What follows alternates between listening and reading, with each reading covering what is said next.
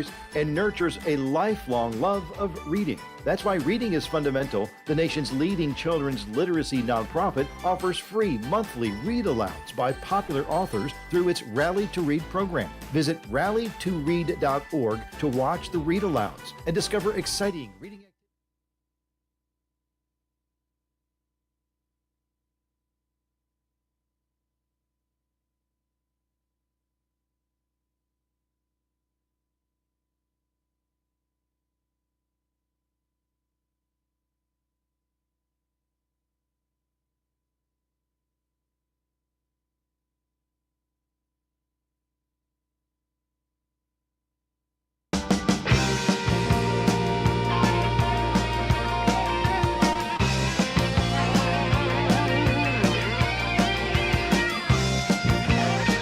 Keeping Wisconsin honest, or at least entertained. John and Gordy.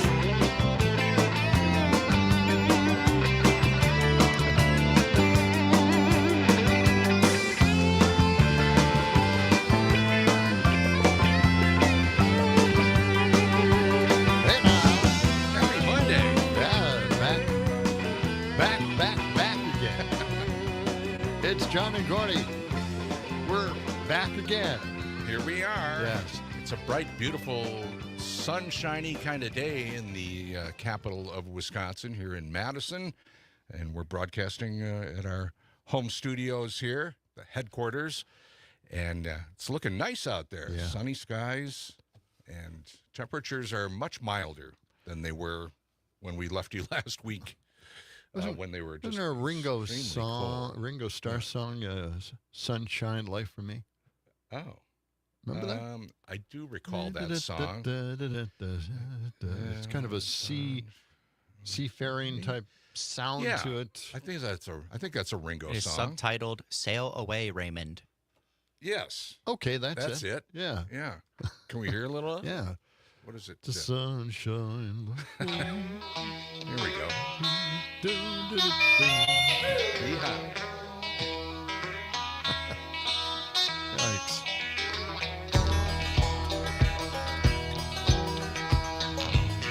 It's a sunshine life for me. If I could get away from this cloud over me, seem to just follow me around. I do love it. Good. It's a Yeah, it's Ringo. Good song. He didn't do that in person. He did a song in concert. It did not do that Did song. not It's a do great that one. song. Yeah. Well, it is a bright sunny day here. Also sunny in La Crosse. They're at 23 degrees. Dells has clouds, 25. Milwaukee has flurries right now. Maybe a little Wow. lake effect Okay. over there or something. Something's going on in Milwaukee. 26 degrees there.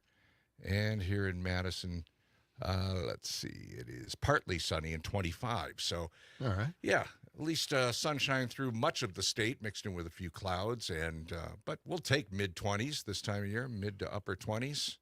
It's all right. Yeah, that's pretty good. Yeah, all good here. And did you have a good weekend? I did. Mm-hmm. I Just did.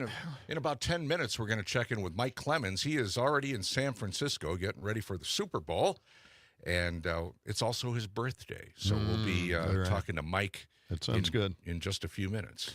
You know, I completely forgot about the Super Bowl. Completely. Well, it's next Sunday. I remembered it. I remembered it yesterday, so I had to Right. ask Alexa whether the Super Bowl was tonight or not.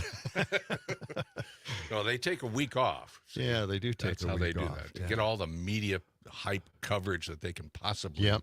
get for that. Aaron Zommers, good to see you here. How was your weekend? Yeah. Good to see you as well. It was good. Yeah, Nice yeah. long weekend that I took to Yeah. burn up some PTO. Yeah. Yesterday, I and my roommates were the only people within our age bracket who attended a Monster Jam, a monster truck rally in Milwaukee. What? You went to a monster Why did truck you, rally? Why did you do that? Because my roommate Elliot is simultaneously 6 years old and 60 years old. And he loves just machinery in general and wanted to go. Wow. And That's pretty So cool. we You had- know? Had you ever been to a monster truck thing? yes, because I went to one with him Yeah. at a smaller place around Madison a while ago. Yeah. Yeah. So I've been to two now. Yeah, I saw one a long time ago with my son when he when he was little. Yeah. And yeah, it was fun. You took him to the WWF too, right? I did. Yeah, that was here in Madison Yep. at the old Dane County Coliseum, now the Alliance Center. Right. Yeah. And that's where the Monster Truck Show Yeah, was that's as well. I think I saw part of one too when I was Yeah. working with a radio station. But the thing that they concentrate on most is these giant monster trucks crushing other cars, right? There was Landing on no them. car crushing. Yes. Huh? Apparently, they stopped doing Oh, it they did. a while ago because Really? Kill too many drivers. yeah, safety reasons and cost and logistics, because it's become harder to find junkers and then get them there for cheap. You can't just. I mean, apparently, you could just roll up to a junkyard and be like, "I will take your finest piece of crap car, please," and just roll out with it for really cheap. Before, and now you can't do that, and so they've decided it's not worth it. I knew a monster truck driver, and this is really weird, but she was a skier at Wisconsin Dells at the Tommy Bartlett show, and she was a great skier, and also she was part of the Nerveless Knocks, where they climb the big, tall 60-foot poles and hang around up there and go upside down and do all the acrobatics while the poles sway back and forth. She was fearless, and she decided she was going to take up monster truck driving. And she did. So she does that in the off season. Wow. Angelina Knock. Yes. I don't know where she is now, but I think they live down in Florida, the Knock family. Well, let's hope that she's around and still alive. Yeah. So did you watch the Grammys last night at all? Anybody see that? I caught show? some of it. I did. Yeah. I enjoyed the performance by Lady Gaga came out wearing a lampshade or something. I don't know what she was wearing. Some kind of birdcage lampshady thing over her head. But great performance, though. Really great singing. Wasn't there a guy that showed up with a house on his head? What? Did I see that on the red carpet? I saw I a don't picture know. of somebody That might with have a been house. last year. I didn't watch it at all. Really? I don't know. I think there were two kids of some superstar, and they were out there, and one had a building for a head. They wear some outrageous outfits, There's those superstars, right? There's nothing left of the Grammys. There's nothing left of music, pop music today, right? And It's not Jesse flying Wells. by me. Yes, Jesse Wells was up for Did he 4 Grammys. and nothing. Right? He won 0. Wow. Nothing. Wow. Yeah. Kind of a shocker. I thought he would win at least one, Yeah. for something. But New artist or yeah, songwriter. no, he wasn't up for new artist, but I think he was up for Americana Yes. Yes. album, and Americana hit, song, sure. a couple, that was a couple of them. And Bruno Mars, he did a opening performance. I thought he's great. he's really fun. He's Yeah, really yeah. unbelievable. Good dance. He really is music. one of the best. Yeah.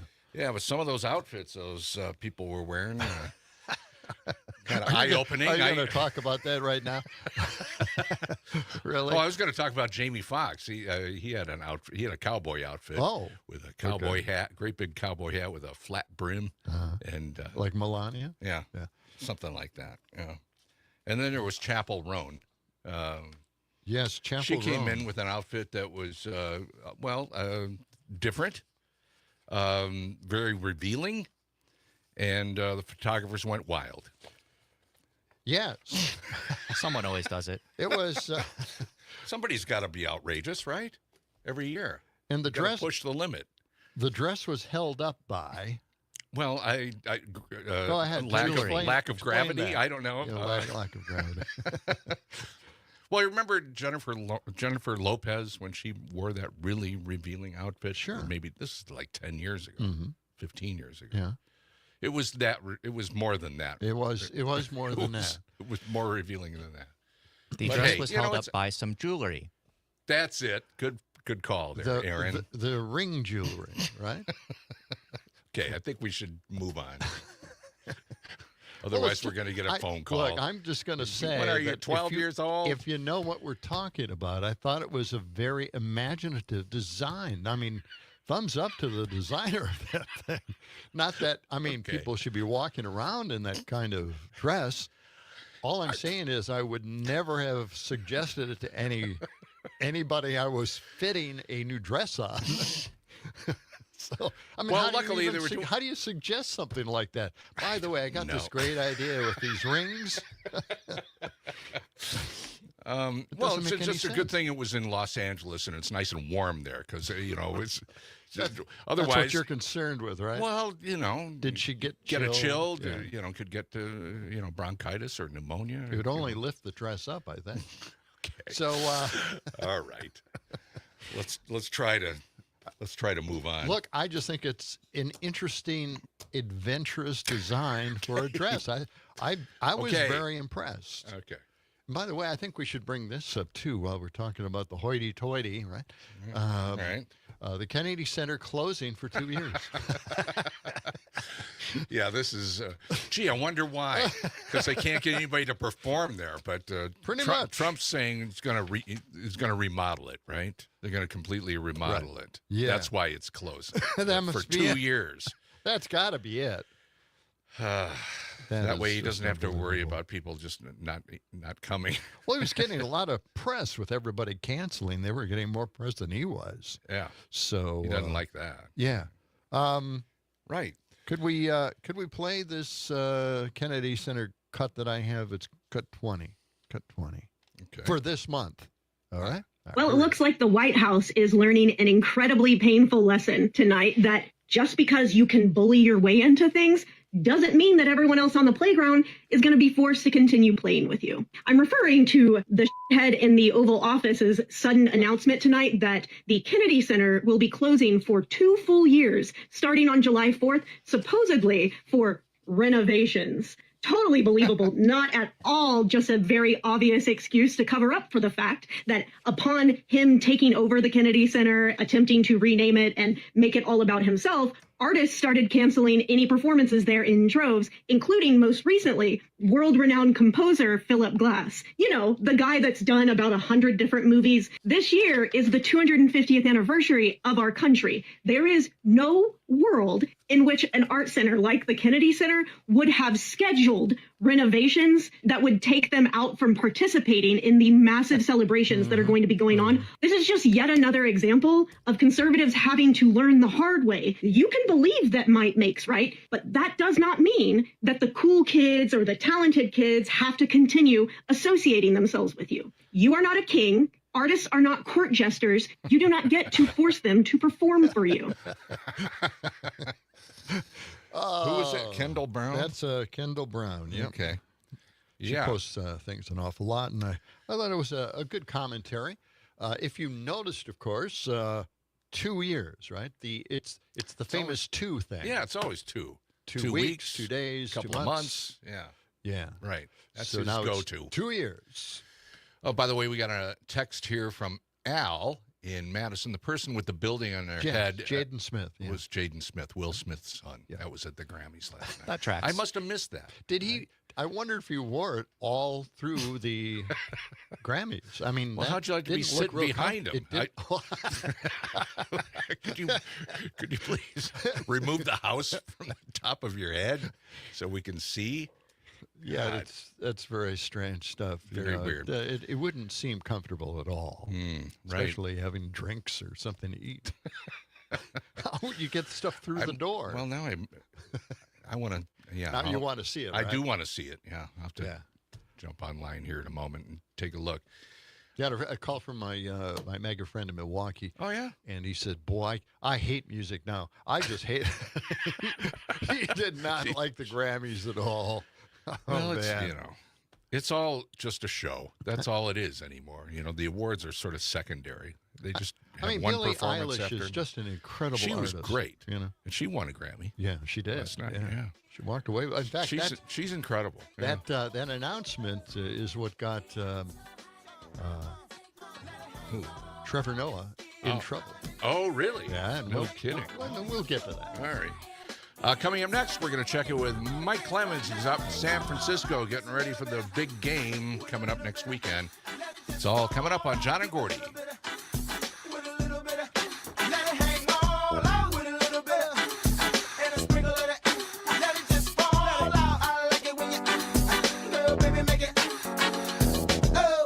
WMDX, where your neighbors argue politely.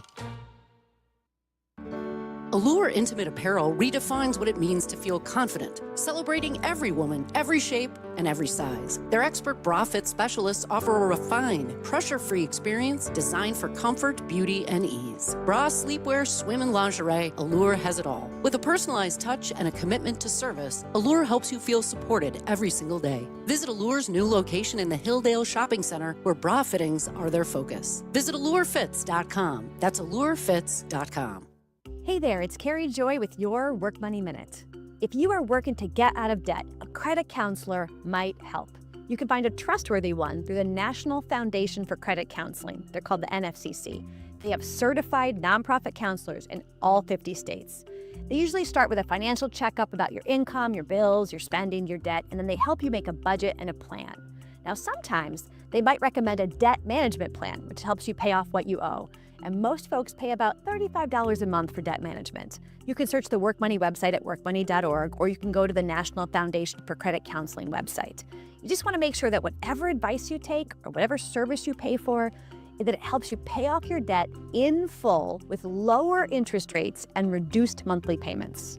So if you're feeling stuck, you've got some options. A good, trustworthy credit counselor might help you find the path forward to keep you on track. To learn more about your money, visit workmoney.org. This is Carrie Joy saying, take good care. Hey there, Wisconsin. Tom Hartman here. Democracy is not a spectator sport, so join me each and every weekday right here on Civic Media for the Tom Hartman program from 11 a.m. to 2 p.m. Covering the news of the day and sharing ways for you to get off the sidelines and get active in your community, because change starts with you. Get involved and tune in to the Tom Hartman program Monday through Friday from 11 a.m. to 2 p.m. right here on your local Civic Media radio.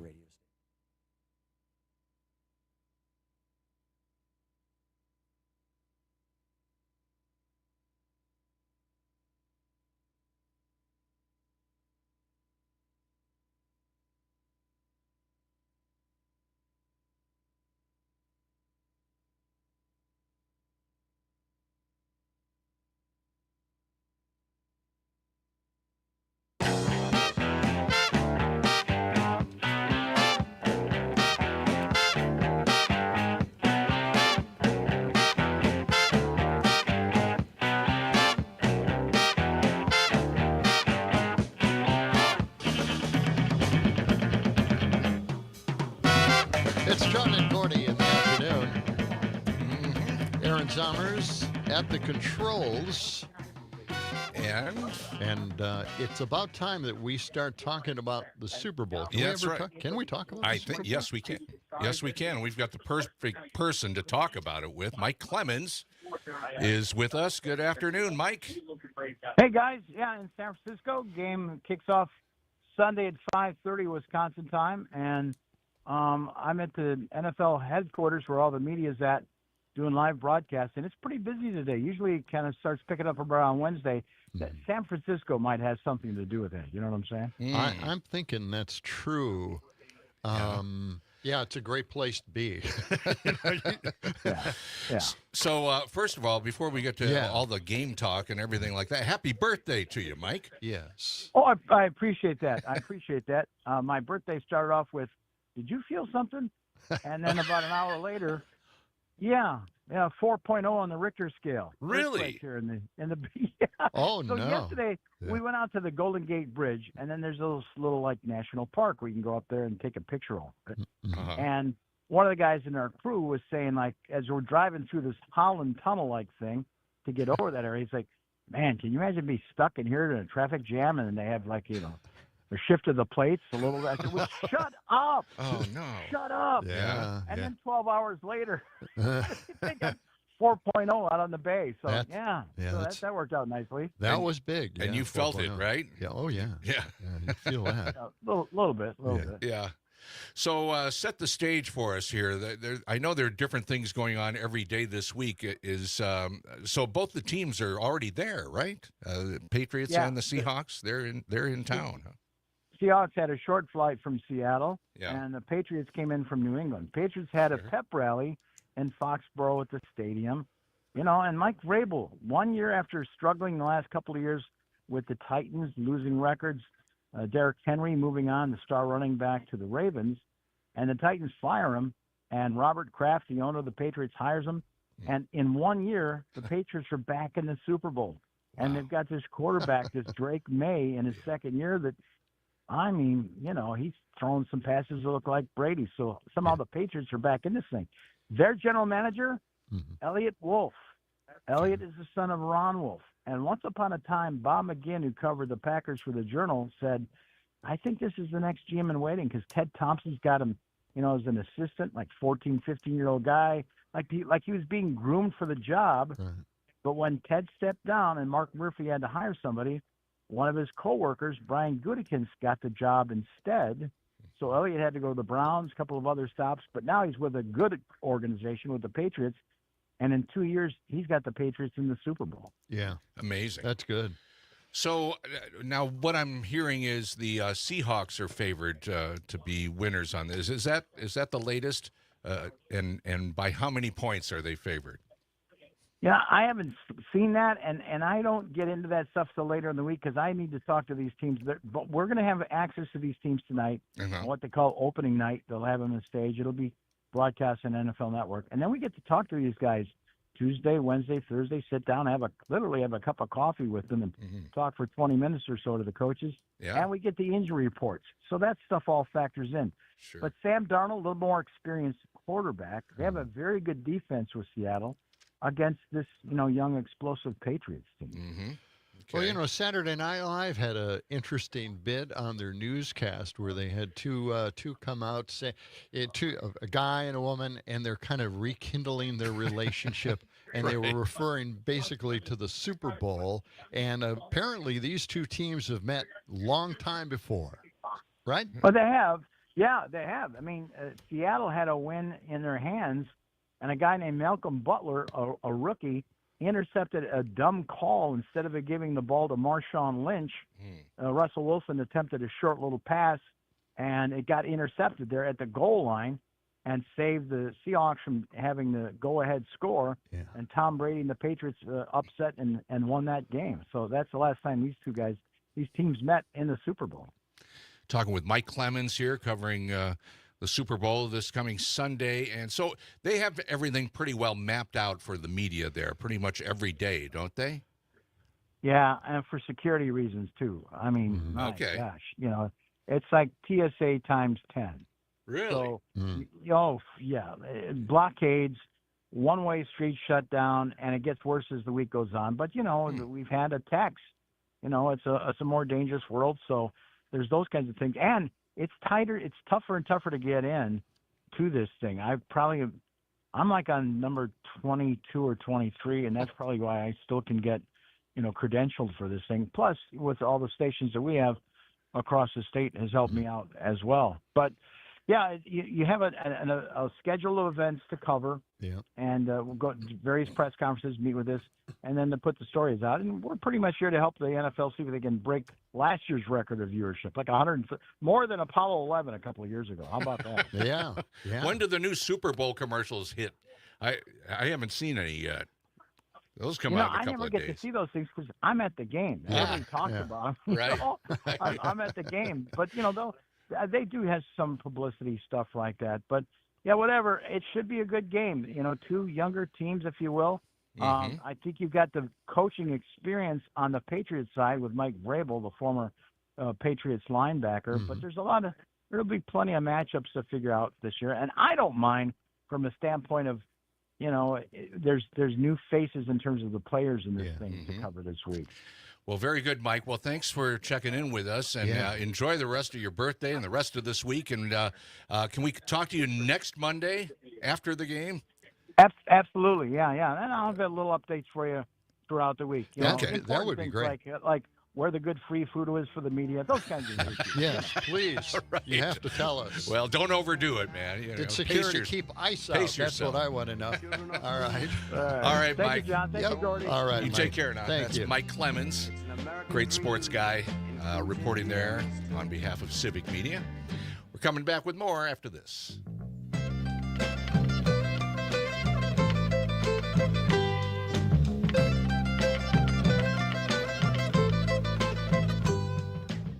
WMDX Madison, where democracy meets dairy. This report brought to you by Downtrends Distilling, making fun flavored spirits with local produce. Attend a tasting. Book today at downtrends.com. On one of his most recent conference adventures, Ben Jarbo learned that honeyberries are an emerging specialty crop in the United States and offer Wisconsin growers a new way to diversify their operations and increase income. These brush fruits are similar in size to blueberries, but longer and more irregular in shape.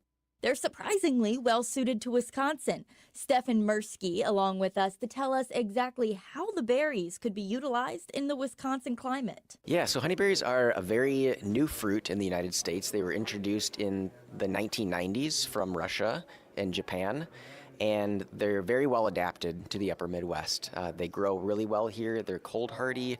They're resilient to a lot of the climate swings that we've been seeing. And they just taste really good in a lot of different products. So they're really good fresh eating, and then also for value-added products like jams and juice and wine. Stefan Mirsky, Emerging Crops Outreach Program Coordinator at UW-Madison Extension, says that honeyberries do not require acidic soils, and for that reason, they can grow in a wide range of Wisconsin soil types. Stick around, we've got more news headed your way right after this. Did you know soybean diseases like white mold and sudden death syndrome can survive in your soil even after rotating crops? Prevention of these diseases is a constant battle, and yield loss from an infection can be devastating. The right management plan makes all the difference. Keep your beans safe this spring with Heads Up seed treatment. Heads Up guards your seed from both white mold and SDS. Stay protected and profitable by asking your seed dealer for Heads Up. Learn more at headsupst.com. Disease hit hard this year, huh? Yeah, Mother Nature threw the kitchen sink at us. Tar spots, southern rust, we had everything. I didn't know if my fungicide would hold, but Miravis Neo really came through. Even with that dry spell, our yield monitor did not disappoint. Seriously? Yep, and with results like this, I'm sticking with it. No matter what next season brings, protect your ROI with Miravis Neo. Call your retailer to lock in your supply today. Always read and follow label instructions. Well, just this week, the Midwest Farm Report team found themselves at the 2026 Wisconsin Ag Outlook Forum, where farmers were looking at the third straight year of negative margins for staple crops like corn and soybean. Government aid is coming down the pipeline, but economists are critical that it is solely a temporary fix. For more details on the full ag economic landscape, be sure to visit MidwestFarmReport.com. This newscast is sponsored by Rural Mutual Insurance, Wisconsin only and Wisconsin strong. Find your local insurance agent at ruralmutual.com. For the Midwest Farm Report, I'm Kylie Allen. This report brought to you by Sugar River Pizza. Skip cooking. Get the hot, handcrafted pizza consistently rated Best of Madison, delivered straight to your door. SugarRiverPizza.com. I'm meteorologist Rodney Price. Any flurries ending. Partly sunny skies in mid-20s for the afternoon. A light northwest wind. Tonight, a little snow, then mostly cloudy skies and lows near 10 above. Clouds will clear out, though, late tonight. We'll see sunshine Tuesday. Right now, it's 25. Join me, Tom Hartman, each and every weekday from 11 a.m. to 2 p.m. for the Tom Hartman program right here on Civic Media. I talk about the issues that all Wisconsinites can get behind, from unrigging our economy so it works for all of us, not just the billionaire class, to improving our representative government, to delivering on the promise of we the people. Tune in middays right here on your local Civic Media station from 11 a.m. to 2 p.m. for the Tom Hartman program. Tag, you're it. Where working people come to talk. It's The Rick Smith Show, weeknights at 9 on the Civic Media Radio Network. Join me for an honest approach to the issues American working families care about. No talking points, no focus groups. Get ready for a heavy dose of democracy, fairness, grit, and no apologies. It's current affairs from a working class labor perspective. Facts are center, science is real, and everyone gets a seat at the table. The Rick Smith Show, weeknights at 9.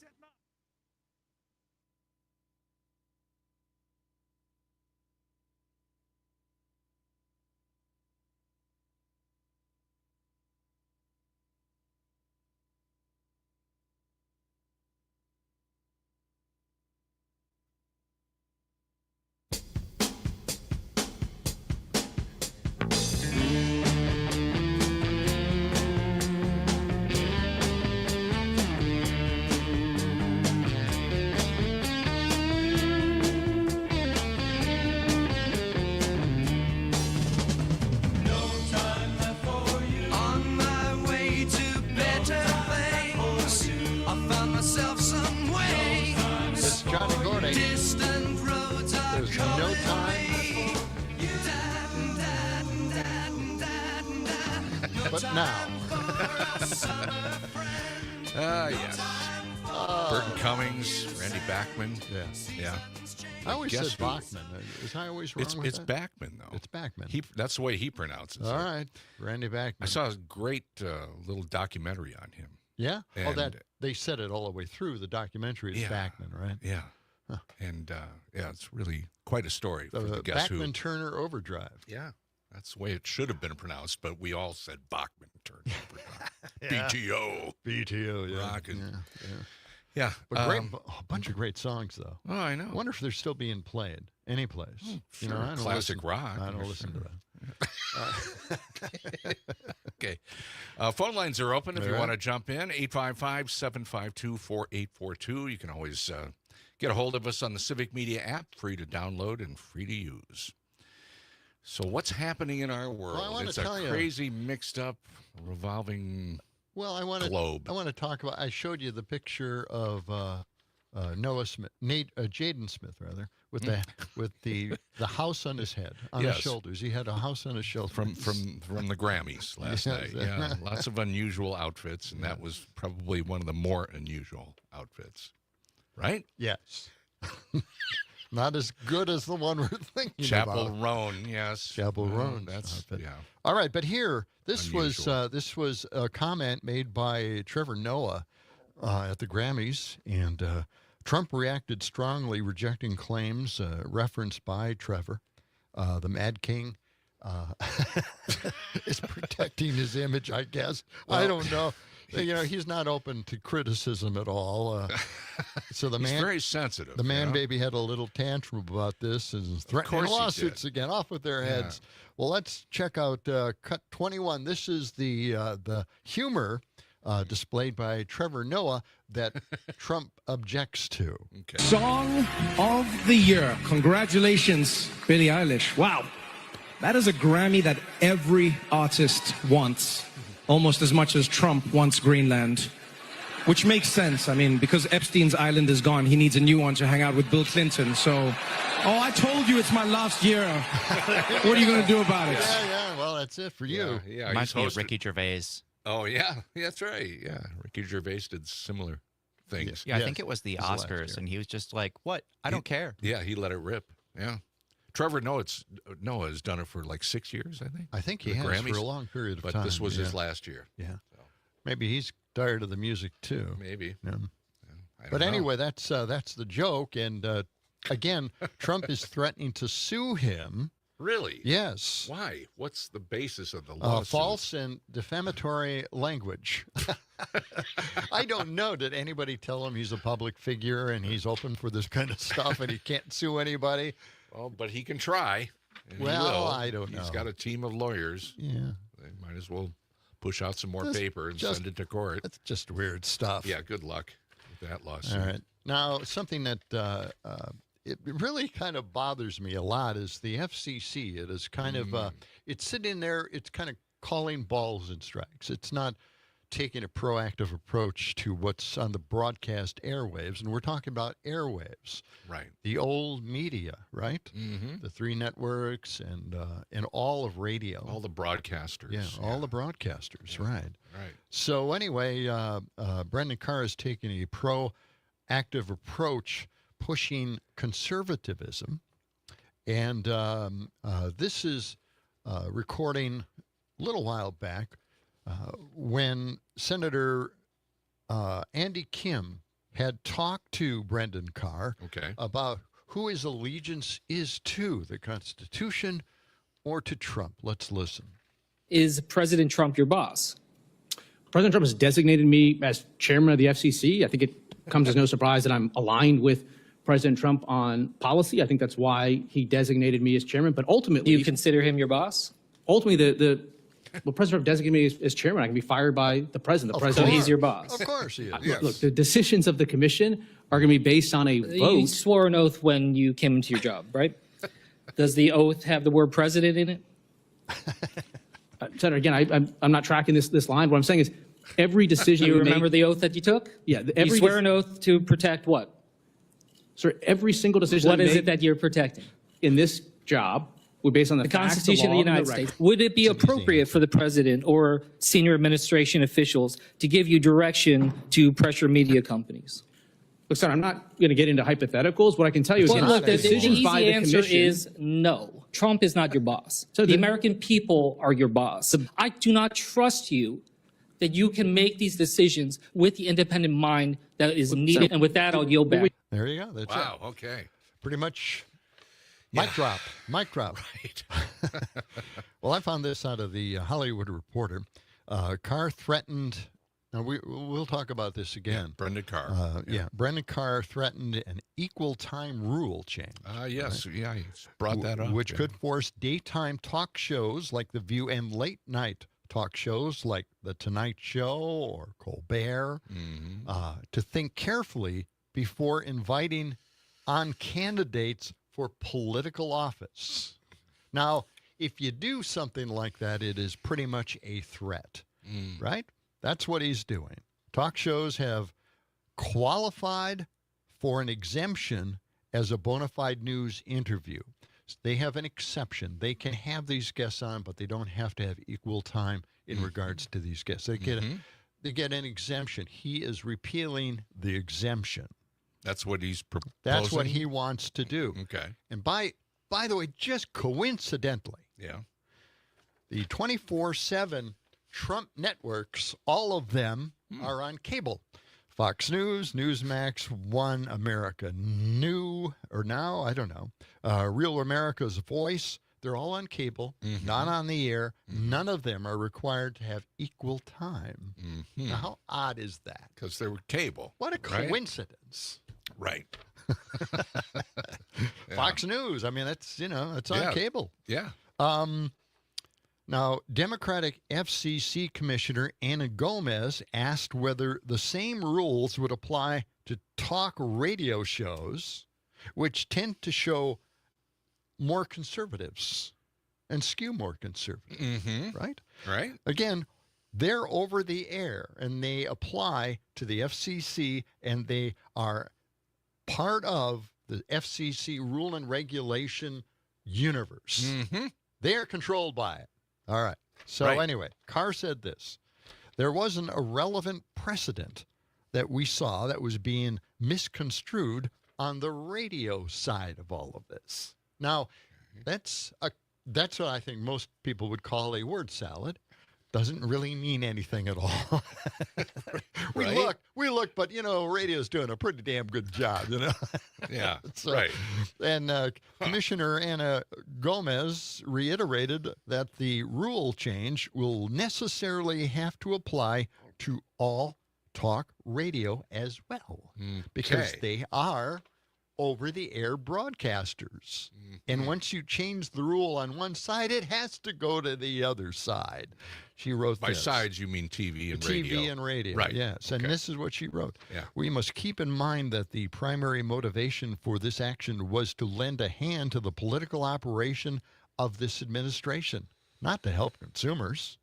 And I also want to note that what the administration is not focusing on, that these rules apply to all broadcasters, television and radio, and they must be applied evenly to the administration's friends and critics alike. Okay. Again, another mic drop. We have 2 this half hour. Keeping track. Okay. Yeah, so we're keeping track. Okay. So is this in effect immediately, or is this something they're just kicking around the table here? This is a threat. This is a threat. Okay, so they're just floating this as a trial balloon. The commissioners would all have to vote on this. Of course. Okay. And right now there is a majority of conservatives by one, but they have to vote on this. They have not done it. Carr came out with this simple threat, so everybody's just kind of aware that they got to kind of walk lightly in the area, and that's it. All right. So he doesn't really have to do anything. He doesn't have to go out there on a limb. He can just threaten people left and right, and everybody will live under the threat of equal time. It's kind of a chilling effect. A chilling effect, Gordy. Let's go. Let's go to the phones. Good one. Jack from Merrimack is on the line. 855-752-4842. Jack, good afternoon. Good afternoon, guys. Yeah, this again is more of an attempt to rewrite history, which when the communists and North Koreans and Chinese did it, they call it re-education. That's what the attempt is.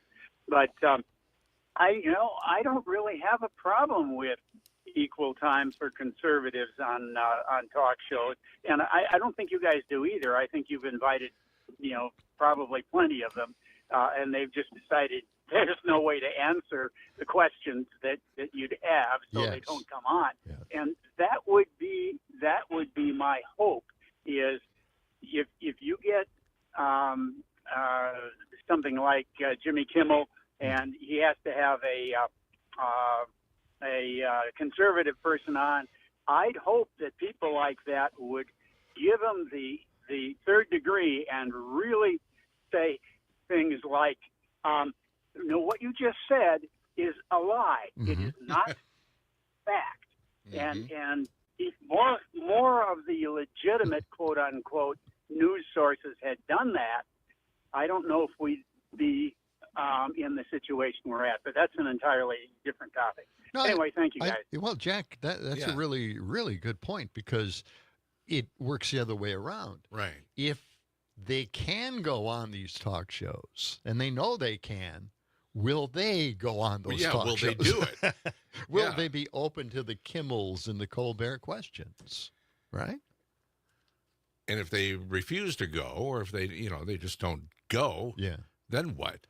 I mean, is it you can't have on another, somebody from the other side again? I mean, that's how do you govern this thing? I would think that now the media outlets have to document them reaching out with certified mail to every candidate. Apparently. So that they can say, we told them they could come on. Yeah, we asked them, we invited them. They couldn't do it. Yeah, maybe so. I don't know. All it does is it creates a paper trail. Right. Just to cover their asses. Yeah. That's it. Yeah. And then, obviously, the conservatives will never appear on any show that leans liberal whatsoever, because they'll be grilled. They won't be able to do it. They can't handle it. They can't take the questioning. Right. And, we invite people on this program all the time. Yeah. And we do want to ask those questions.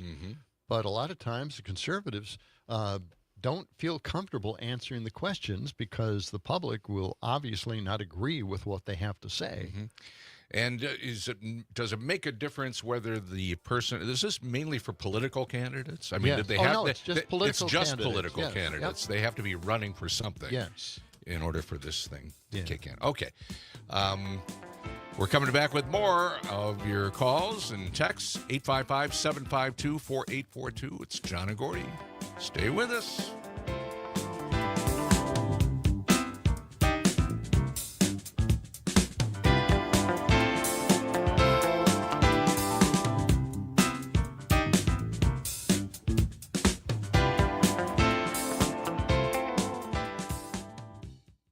92.7 WMDX, Madison's real news and great conversation. And home for Nightlight with Pete Schwaba. Weekday evenings from 6 to 8.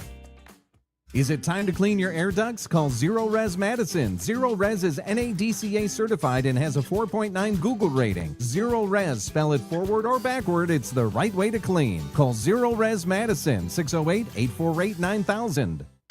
It's the Eco Minute, powered by Clean Wisconsin, your environmental voice since 1970. I'm Amy Barrio. Environmental groups across the state, including Clean Wisconsin, are calling for a pause in AI data center projects. The groups issued a joint statement calling on lawmakers to develop a strategic framework that will ensure Wisconsin communities are not harmed by the massive power and water-hungry facilities. That call includes no burning of fossil fuels to power AI data centers and no increases in energy bills. Wisconsin's landfills are filling up with food. That's according to a new study from the DNR. Wasted food and food scraps account for 20% of the trash sent to Wisconsin landfills. That's the largest single category. The agency is working to reduce per capita food waste disposal in landfills by 50% in the next 4 years. Right now on the Defender podcast, new hope that a bipartisan solution for state PFAS funding is at hand and the industry group that could kill it. Listen at cleanwisconsin.org or wherever you get your podcasts. When a warrior faces adversity, he fights through it. He finds a way. Freedom isn't free. Rolling strong.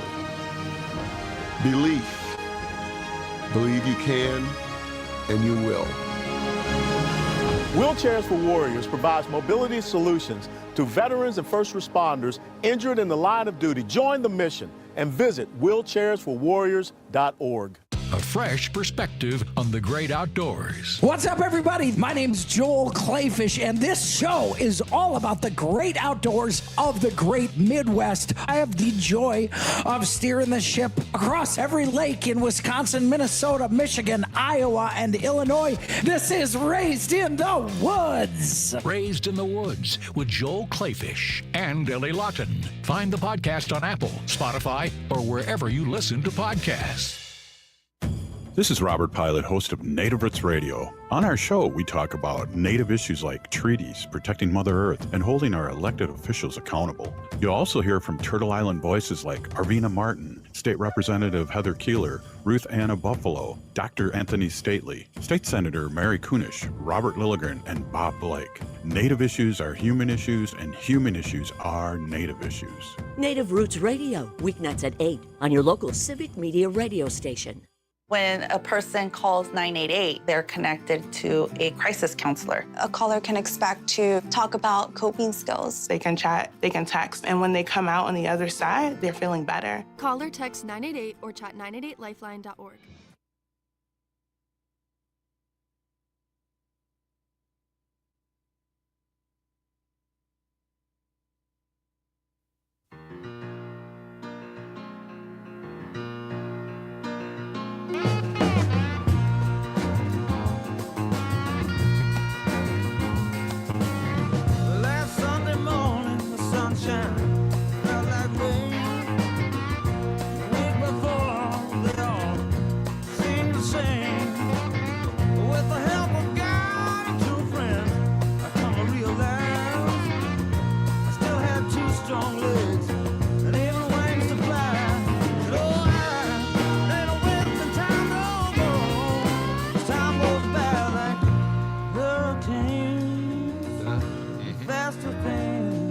John and Gordy, and we're taking your calls today. We're taking a look at some of the hot news that came across the weekend. We'll be getting to a few big stories here.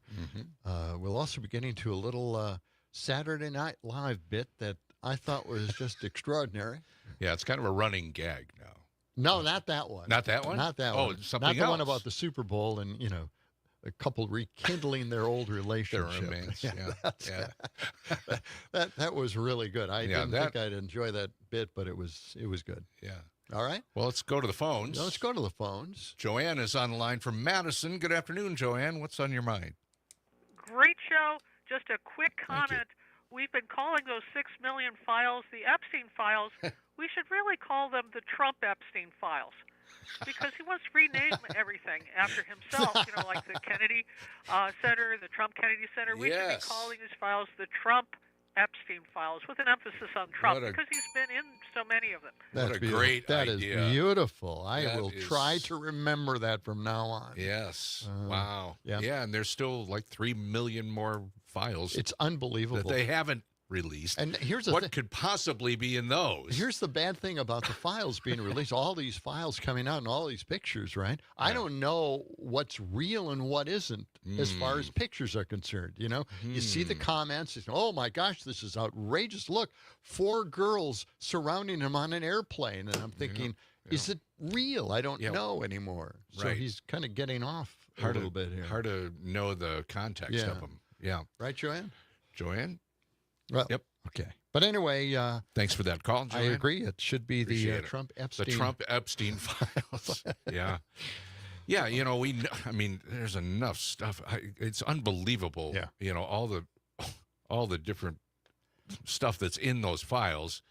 But when you think about what they haven't released, is it even worse? Can it get much worse than as far as the content? I don't even.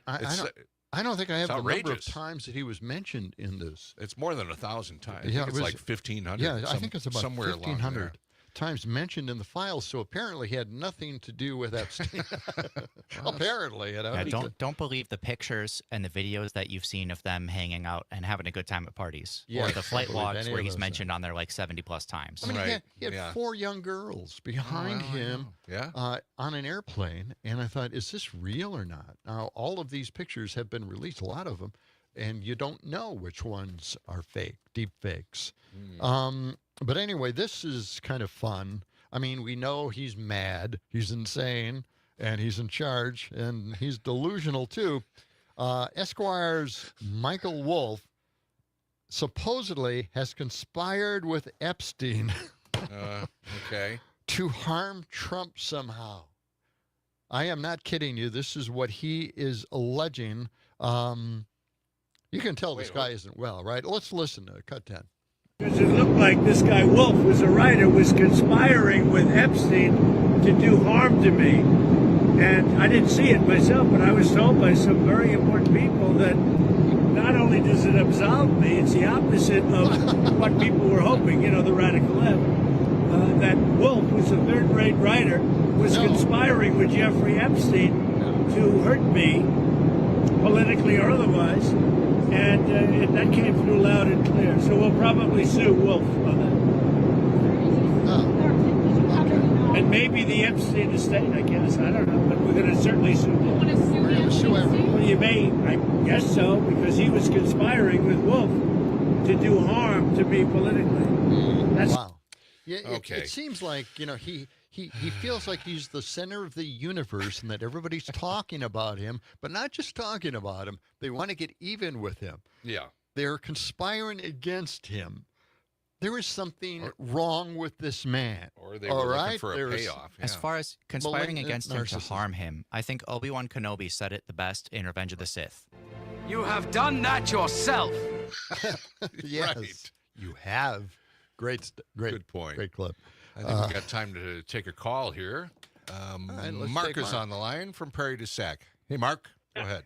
It just is deeply disturbing that there's a lot of these people that would actually still support Trump, even if it was proven all those allegations against him were true. Right. I think someone would even forgive him murdering these little girls. I think that because he's their Lord and chief, and that.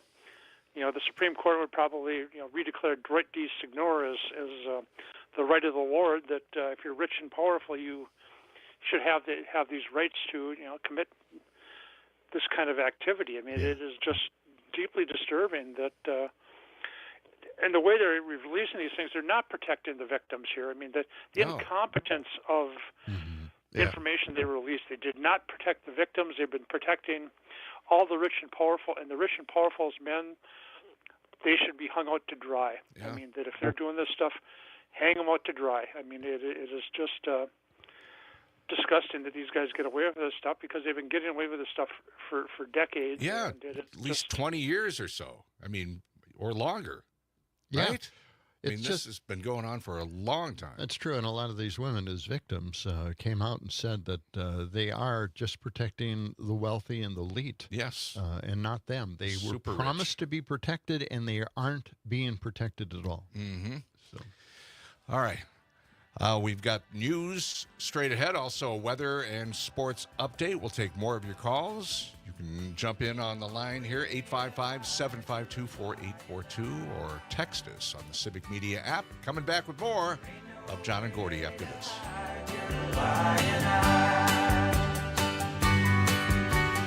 Honey, you can't hide your lying eyes.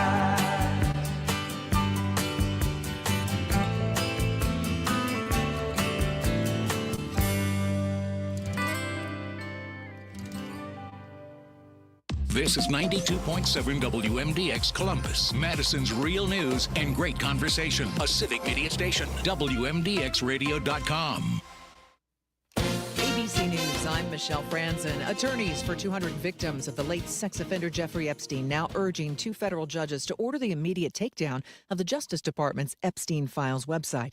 ABC's Jay O'Brien has details. The lawyers have said that over the last 48 hours, they have reported, in their words, quote, thousands of redaction failures on behalf of nearly 100 individual survivors of Jeffrey Epstein. Now, the DOJ has said this was a weeks-long, months-long process of combing through these documents to try to redact them appropriately. These lawyers today saying that that was not done. In Minnesota today, the Hennepin County Medical Examiner listing the shooting death of VA nurse Alex Preddy by federal agents as a homicide, showing he'd had multiple gunshot wounds.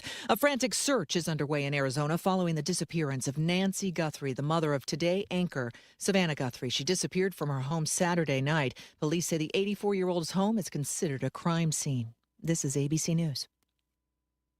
This report brought to you by Chad's Design Build, a full-service residential remodeler providing thoughtful, sustainable, and well-built spaces since 1992. Chad'sDesignBuild.com.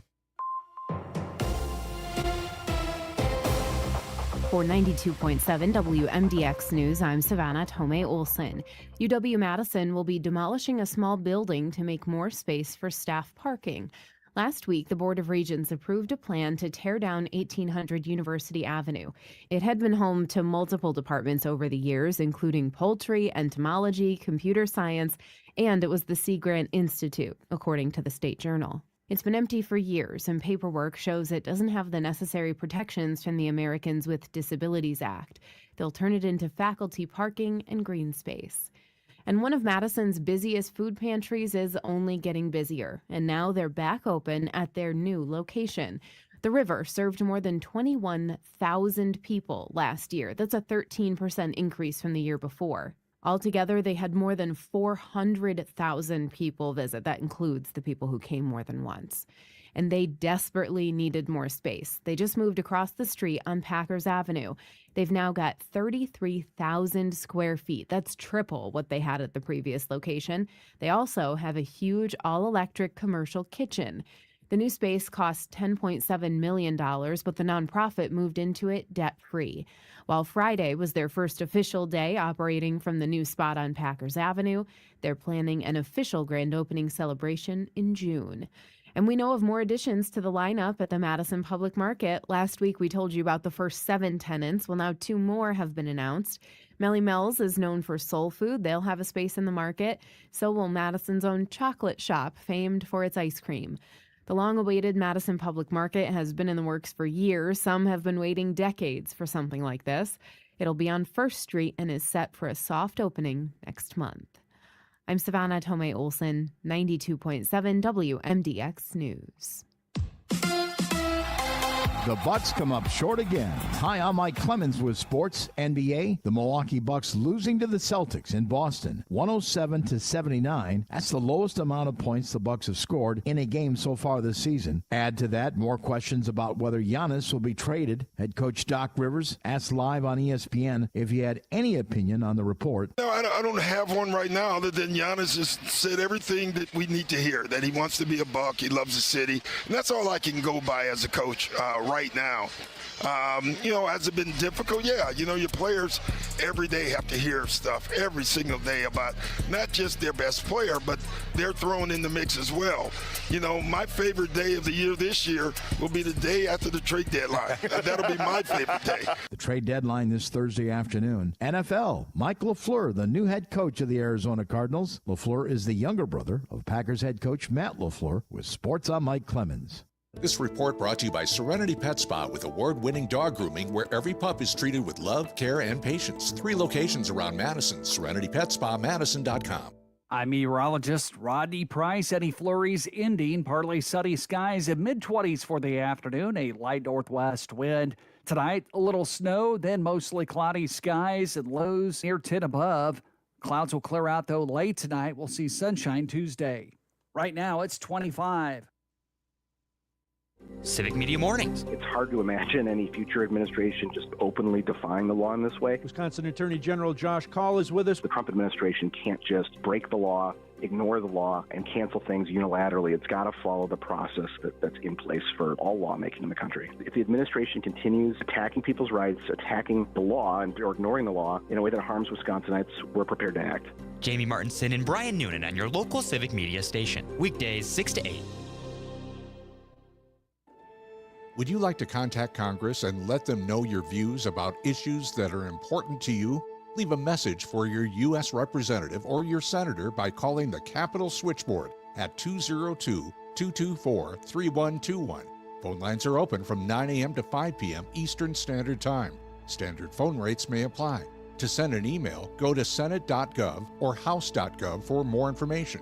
A public service message from the Civic Media Radio Network. Finding support for my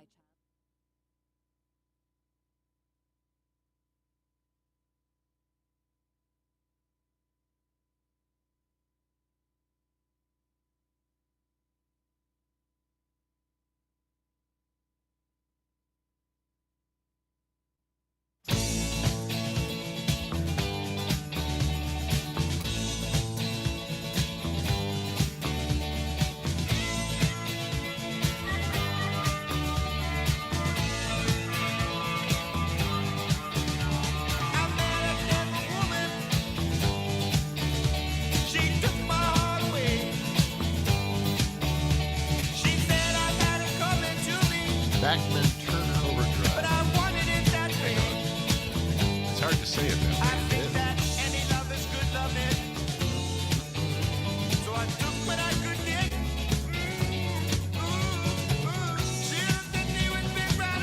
Stutter. What'd she say?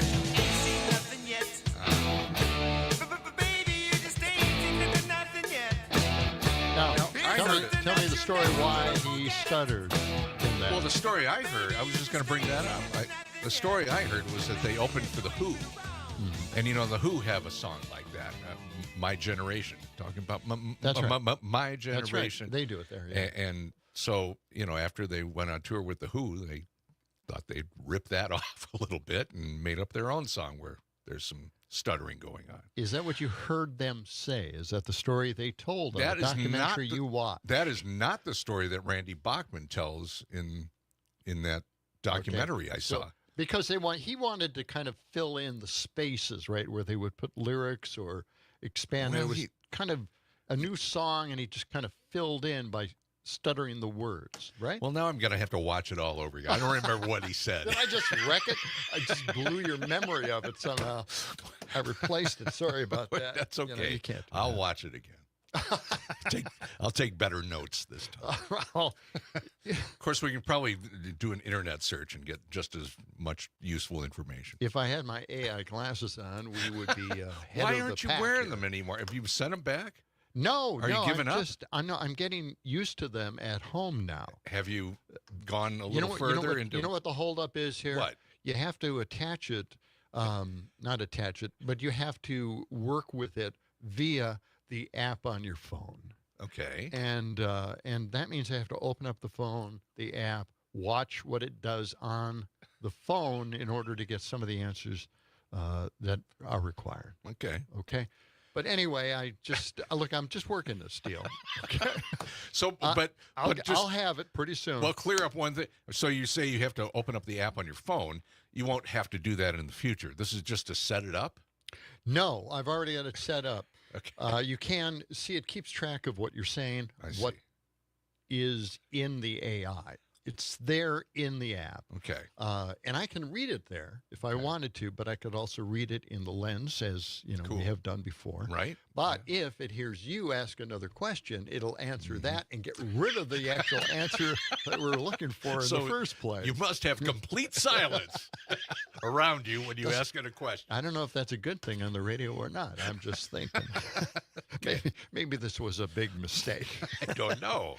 Now, have you heard about this AI that's AGI, generative AI applications? I don't know. I thought that's what Genesis is. Or artificial general intelligence? Gemini. Yeah, that's what it is. What is it? Artificial general intelligence. So basically, the AI that most of us use right now, large language models, is more digging through large amounts of data quickly and regurgitating stuff that matches. Right. Okay. AGI, artificial general intelligence, is the concept of mimicking a human thought process and eventually being smarter than a person. So it would be, hey, figure this out for me. And it would be able to do it and confirm that it is correct, as opposed to just telling you what other people have said. So that's the next level. Yeah. Right? Wow. Okay. Yeah, interesting. Yikes. Okay. Pretty sure it doesn't exist yet. Yeah, I'll tell you what. Let's get to this story right here before Okay. we go to Troy. Okay, I want to get to this because this is right up our alley here. Okay. This was on 60 Minutes. It's an AI black box. I thought let's just play the cut. This is cut 5. Okay. AI systems are teaching themselves skills that they weren't expected to have. How this happens is not well understood. Yeah. For example, one Google AI program adapted on its own after it was prompted in the language of Bangladesh, which it was not trained to know. We discovered that with very few amounts of prompting in Bengali, it can now translate all of Bengali. So now all of a sudden, we now have a research effort where we're now trying to get to 1,000 languages. There is an aspect of this which we call, all of us in the field call it as a black box. You don't fully understand. And you can't quite tell why it said this or why it got wrong. We have some ideas, and our ability to understand this gets better over time. But that's where the state of the art is. You don't fully understand how it works, and yet you've turned it loose on society? Let me put it this way. I don't think we fully understand how a human mind works either. So we had just we turned human minds out to the public, and I don't know, man. Okay, we got to. Okay. Scott Pelley seemed like he was starting to panic. He was ready to run from the room. You don't fully understand it? Okay. Well, that's a little scary. Anything that's called a black box, you got to scare the daylights out of you. Right. That is, mind-blowing. It is mind-blowing. Let's go to Troy now in Mount Horeb. Hey, Troy. Okay. First of all, I've never heard it said Bachman. I've always heard it say Bachman. I know. So. Yeah. I'm with you. I'm with you on that, except that he he pronounces it Bachman for himself. Okay, well, that's the first time. But maybe it's like the Appice brothers. Oh, yeah. Carmen Appice. The drummers. Yes, yeah. Carmen. Yeah, one of them calls it Appice and one of them calls it Appice, something like that. Right. Right. Oh, no. Fabulous drummer. Which fits with me because my name's Flume. My last name's Flume. Right. And my grandpa always pronounced it Flume because that's a correct German, and my dad pronounces it Flum. So wow. Okay. And my ex-wife always pronounced it Flum too, so that's why she's the ex. I was going to say that must be why it didn't work out. Yeah. And she didn't say the P either. Damn it. Okay. The P is silent like in swimming. Okay. Okay. Yes. All right, that's all I got today. I get that, Troy. Troy's got his own show going on there. Thank you, Troy. Appreciate that call. 855-752-4842. Give us a call. Well, let's get to this is a fairly entertaining bit from Saturday Night Live. Oh yeah. And I just thought, if we could just. This is a situation where it's the baby boom adults, the parents. Yeah, they're into Trump. They really like Trump. The kids are over with their loved ones. Their wives and right. They're visiting and husbands. Yeah. So anyway, the mom decides to make this announcement to the kids. It's a big announcement. Big announcement. Yeah. She's having trouble getting to this announcement, but this is something she wants to share. Stuff. Yeah, and in the end, near the end, they are silent. They are not supposed to react to what she's saying, but there's pictures of them just going cringing and all that. Let's listen to this thing. This is great stuff. Okay. What I have to tell you is I may have changed my mind about Trump. What do you do you want this to be real or not? Yes. Sure. Yeah. I feel now like he might be bad for our country. Oh, you're not What'd I say? I'm sorry, Mom. You've got to be joking. We've been saying this since 2016. Oh, I'm sorry I'm late to the perfect party. Do you guys want this to be real or not? Yes, absolutely. To be real. Then give me grace. I feel like maybe some of the things he says aren't true. Oh, fine, I'm going back. Bye, I take it back. Mom, come on, don't do that. Guys, come on. Can't you see this is hard for your mother? Okay, Mom, we're sorry. We'll be quiet. Just say what you need to say. Fine. But I swear to God, if I hear a single "I told you so," I will go see the Melania movie tonight. You hear me? Okay, stop. Serious this time, really. The things that are happening, no one could have seen coming.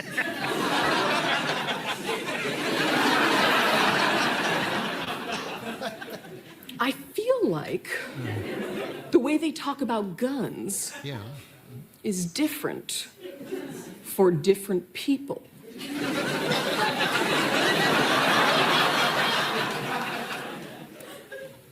They made me feel worried about trans people. But now I'm realizing I don't really get what the problem is.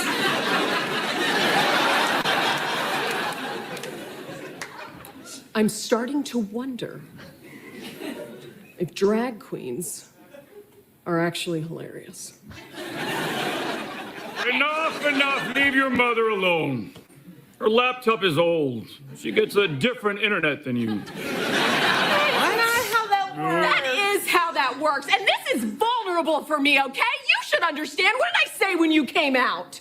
You said, is it possible you just like hats?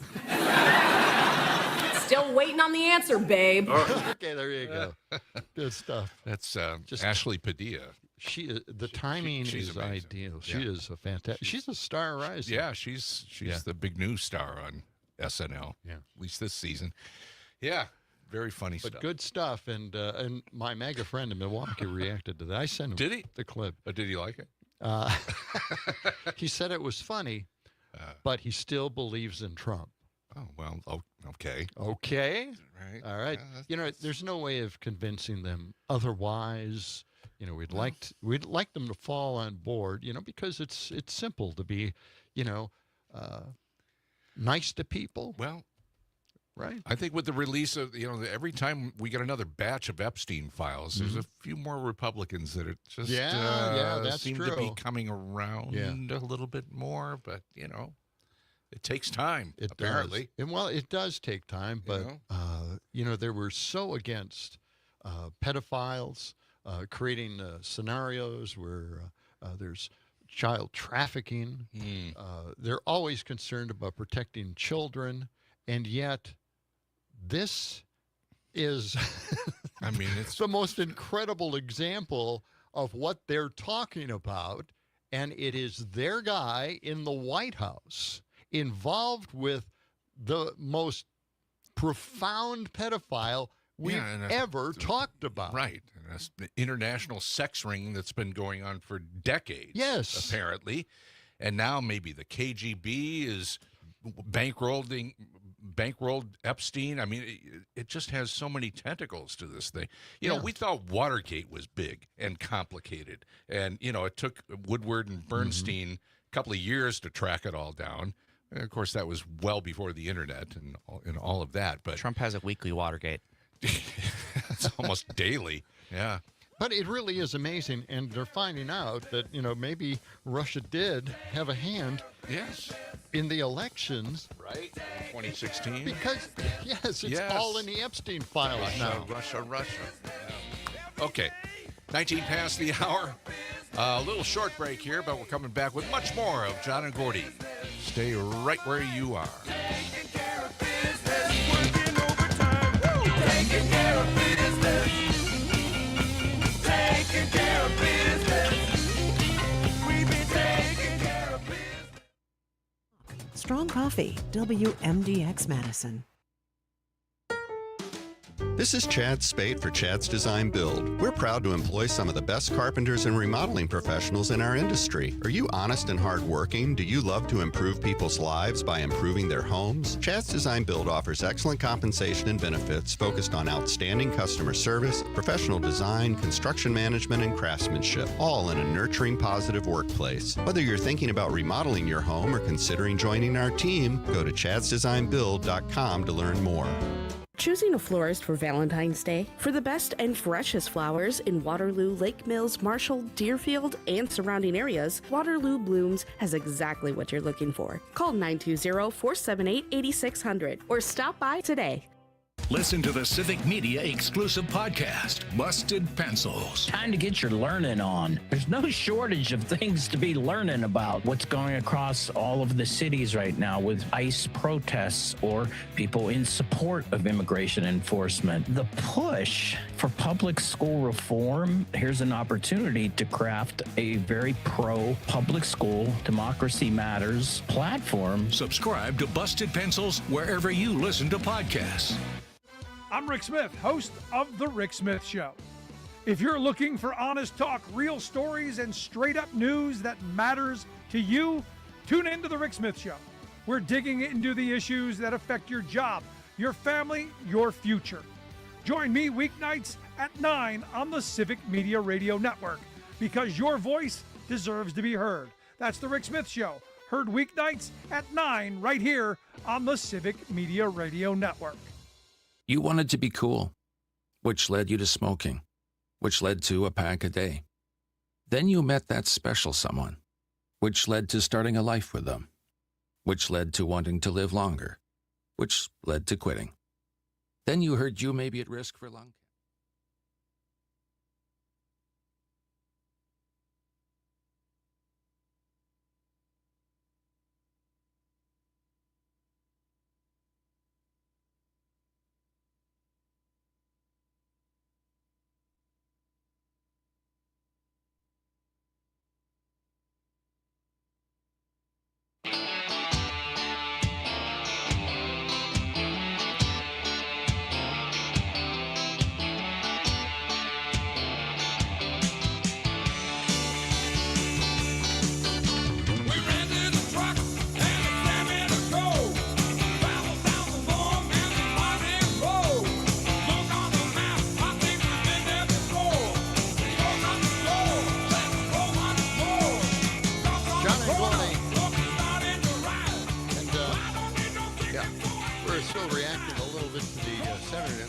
cancer.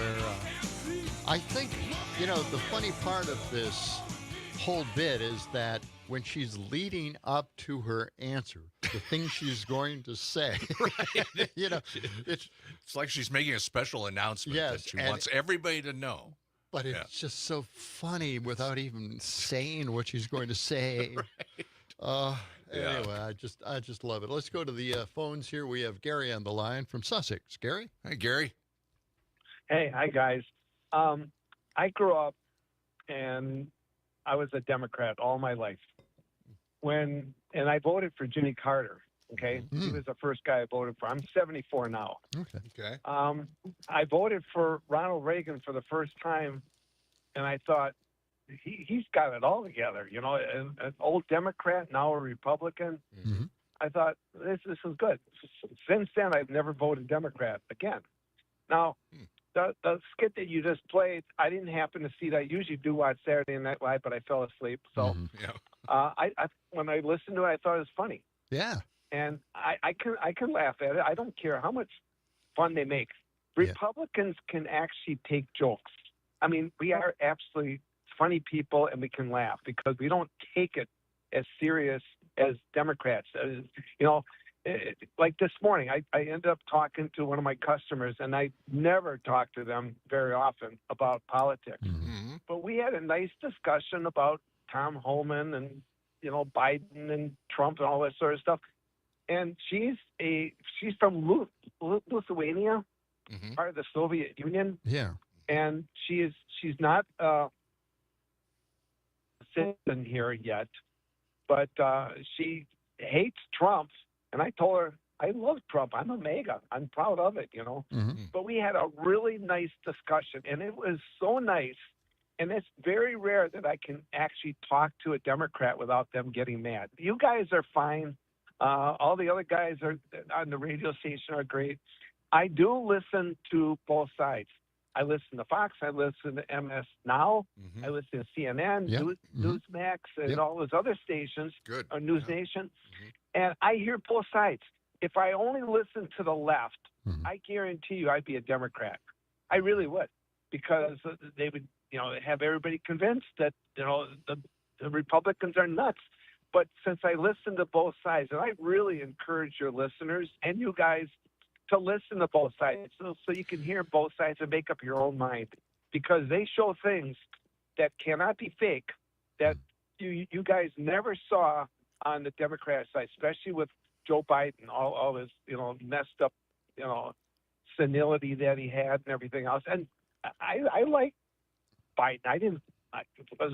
Never hated him or any of that stuff. Sure, that sounds reasonable. Nice old guy, Well, But, I got to tell you, Gary, that doing prep for this show, I go through a heck of a lot of what's going on your side of the aisle. So same here. I watch Fox News occasionally. We absolutely both News go, Nation, and we search everything out. We bring a lot of material to this program. Yeah, we try to see what every side is representing, and then we twist it into something left wing. That's our usual plan. Yeah, you guys have a right. This is your radio station, and you guys have a right to do whatever you want. I mean, if I come on your show and I don't sit there and bow to anybody. I tell you how I feel. And people, when I first started calling up probably 10 years ago, I got such hate. Dom and Mike Crute, those guys, they felt like they had to protect me. And one day, one guy called up and said, if you keep that Gary from Sussex on the air anymore, I'm going to stop listening. And you know what Mike said? He said, he's good for radio. He has caused more people to call up. And we kind of like him. And you know what? He even said, I didn't even know what was going on. He says, we're going out to dinner with Gary. And then I called up and I said, we are? And he said, yeah, where do you want to go? So we talked off air, and we've gone out to eat a couple times. But I've gone to the ball game with them. They called me up and invited me to the ball game, to the Brewer games and stuff like that. So, yeah. I we think, all got along. I think Crute was in Milwaukee for a long period of time, so he had a chance to see out there in Sussex. But, Madison's a little bit further away. So I'd go out. We love talking to you. We like getting your opinion on we things. like it when you call. CJ is the Darth Vader of this station, but yet we get so many people referring to CJ all the time in our comments and on texts. So, but we like having a conversation, and that's what we like about you, Gary. Yeah. So call us again. All right, Gary. Thank you. All right, Gary. We'll go out to lunch sometime, Gary. Yeah. Let's see. John Gordy, by the way. We got a minute and a half here. Let's go to Charles and see if we can squeeze in another call here. All right, Charles, what do you got? Hey, good afternoon, guys. The difference with Fox Entertainment, though, is that they don't report on the negative things about Donald Trump. Like, I guarantee you, they said they don't report about the Epstein files. I mean, what I heard on the Stephanie Miller show this morning about what's in the last dump of emails. Yes. Or the, I mean, that should have been talked about all day today on the news. It should be. Station. Yeah. There should be no way that stuff is out there, and what these rich men did to young girls, and that not be the talk of the day. That I don't understand it. Yeah, right. Fox may report on things, but they're never going to report on the bad things. That's right. Well, that story is not going away anytime soon, so I think there'll you be nailed more it, and more Charles. on it. Yeah, they don't take a look at the bad side of what's going on in the trumpet industry. Right. We'll get to more of your calls here after a break for the Midwest Farm Report. Coming back with more of John and Gordy. I gotta find time to burn. 92.7 WMDX, because you can't solve everything with yoga. This report brought to you by Downdren's Distilling, a destination craft distillery focused on creating unique spirits. Online at downdrens.com or visit the tasting room in Cottage Grove. FFA is seeing a lot of growth in membership and opportunities across the U.S., and the same is true right here in Wisconsin. While expansion is exciting, we always need more ag educators. Max Litke is the Section 10 State Vice President. He tells me about the positions that are open and the needs of Wisconsin right now. While numbers might look good with no necessarily open job postings at the moment, that's going to change with all the new middle school chapters being chartered, all the new high school chapters being chartered, and schools are really starting to expand. The agriculture education programs in schools are becoming more diverse, teaching more than just agri-science, but also teaching stuff like food science, and people are even teaching wildlife, DNR certifications. So the class selection is growing, and so are the students in the agriculture education programs. So some schools have up to 4 to 5 different agriculture educators. So the positions are growing, and there's always going to be a spot for agriculture educators. Max Litke, Section 10 State Vice President. For more information about Wisconsin FFA, visit wisconsinaged.org. Stick around. We'll have a look at the closing markets right after this. Welcome back as we check in with Dairy Checkoff. Carolyn Alstein is our guest from Alstein Farms in Leno, Wisconsin. She's also the District 2 Director on the Dairy Farmers of Wisconsin Board, ensuring checkoff dollars are working for Wisconsin dairy farmers. One of the success stories so far has been the Born to Dairy campaign, inviting one and all to get to know the people behind their favorite dairy foods. They are now going to be releasing 24 new Born to Dairy personas, and I think that those are going to reach even more. I mean, with the 6 alone, they reach more than 2 million views, thousands of comments and shares, and so much positive feedback and people tagging each other back and forth. So I really think with these new 24 personas, this will really lean into a lot of diversity and pride in a way that's fun and unmistakably Wisconsin. Carolyn Alstein is the inspiration behind one of the new personas, the Churned and Burned Farm Fit Farmer. Check it out at borntodairy.com. On the close today from Chicago, grain markets closed down while dairy is moving up. Cash corn closed down 2.5 at $2.28 1/4. New crop corn closed down 3 cents at $4.56. New crop soybeans closed down 8 cents at $10.64 1/4. New crop beans closed down 10 cents at $10.79 3/4. Cash wheat closed down 3.5 at $5.38. New crop wheat closed down 5 cents at $5.55 3/4. Taking a look at those dairy markets, February Class 3 milk contracts closed up 12 cents at $15.46. March Class 3 milk closed up 66 cents at $16.56.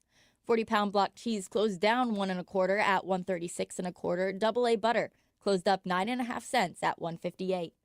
For the Midwest Farm Report, I'm Kylie Allen. This report brought to you by Sugar River Pizza, your catering expert. Host your party in their gorgeous Sun Prairie location or a venue of your choice. SugarRiverPizza.com. I'm meteorologist Rodney Price. Any flurries ending. Partly sunny skies in mid-20s for the afternoon. A light northwest wind. Tonight, a little snow, then mostly cloudy skies and lows near 10 above. Clouds will clear out, though, late tonight. We'll see sunshine Tuesday. Right now, it's 25. Hey there, Wisconsin. Tom Hartman here. Democracy is not a spectator sport, so join me each and every weekday right here on Civic Media for the Tom Hartman program from 11 a.m. to 2 p.m. Covering the news of the day and sharing ways for you to get off the sidelines and get active in your community, because change starts with you. Get involved and tune in to the Tom Hartman program Monday through Friday from 11 a.m. to 2 p.m. right here on your local Civic Media radio station. Is there an issue that's important to you? Would you like the President of the United States to know how you feel? Why not call the White House comment line? The number is 202-456-1111. The White House comment line is open from 10 a.m. to 3 p.m. Eastern Standard Time, Monday through Friday. Standard phone rates may apply. You may also send an e-message to the President at whitehouse.gov/contact.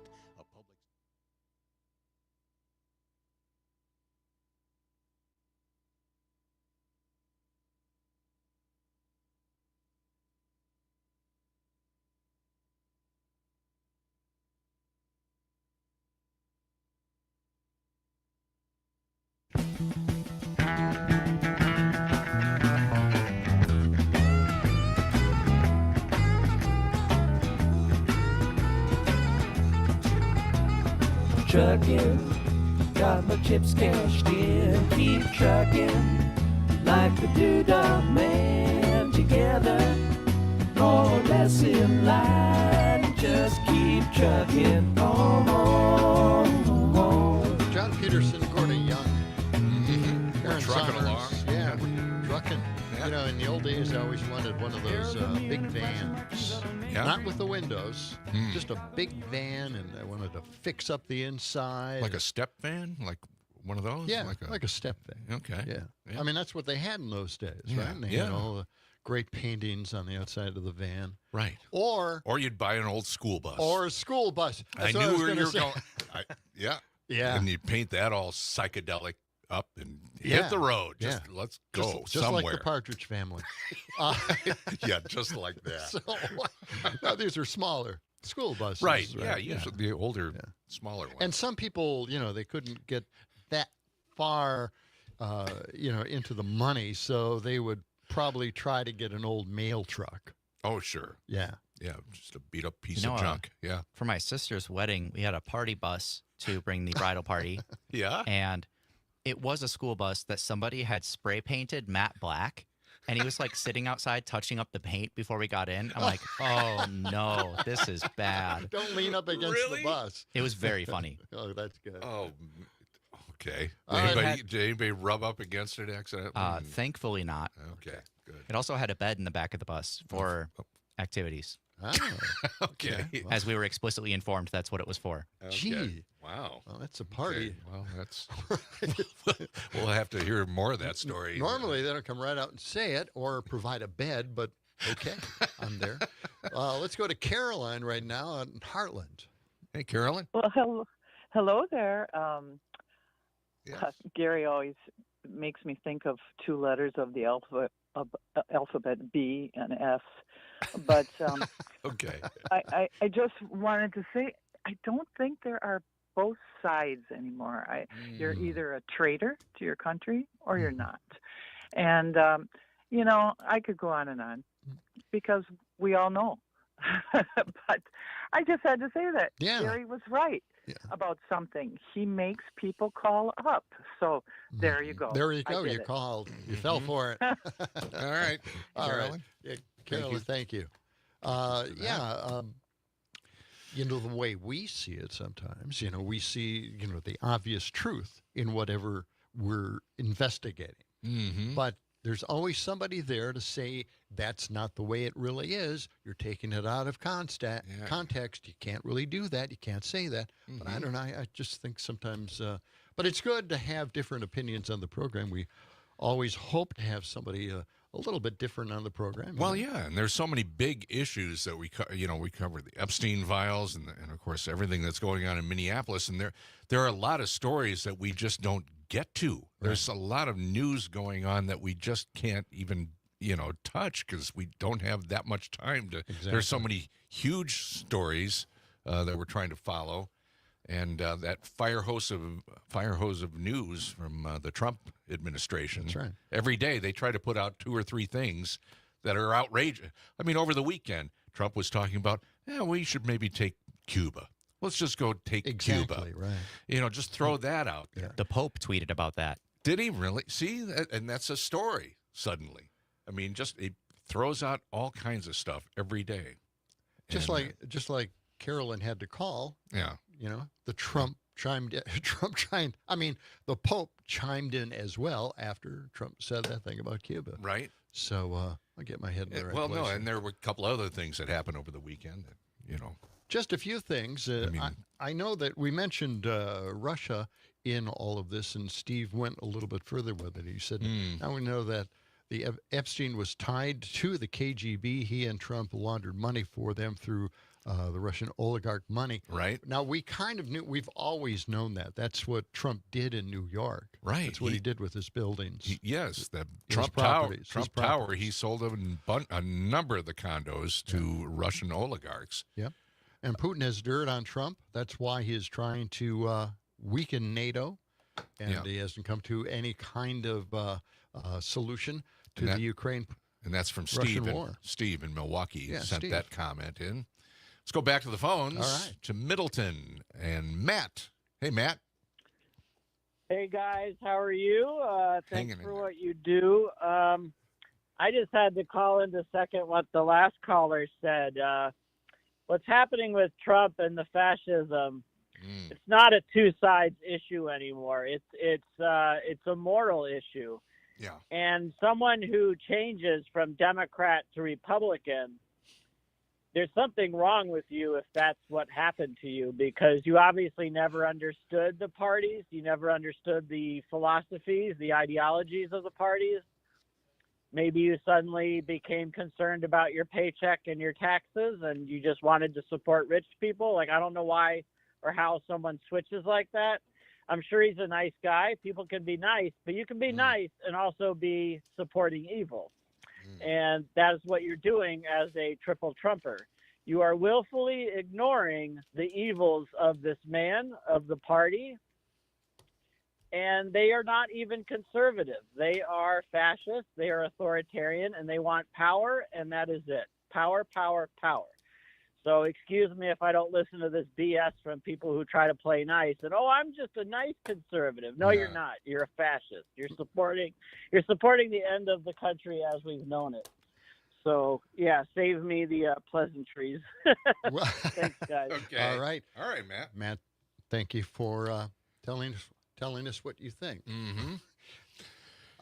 And we've got a couple of more calls lined up. Also, some texts coming in. I've announced here I was the first person in the country to announce that Trump was a dictator. All right? That was, and I'm sticking with it. That was like a year and a half ago. Shall we go back to the phones? We have, is it Keto on the line from Madison? Go ahead. I love your show. Oh, thank you. I want Gary on our side. Yeah. If ICE invades. Right. I don't know how to do that. Yeah. But I sure hope it happens. Yeah, you know, that you brought up a good question. I wanted to bring up a question about ICE and ICE apprehending American citizens and brutally at the same time. I would like to know what he thinks of that. You know? Yeah. And I come up with all the right questions at the wrong time. Well, maybe Gary will call back. Yeah. But same thing with me. I wanted to find out what he thinks about the Epstein files. Has that changed his mind about what kind of guy Donald Trump is? Or causes him to waffle just a little bit. Right. Anyway. All right, let's go to Todd or Billy. Welcome to the program. Hey, go ahead, Todd or Billy.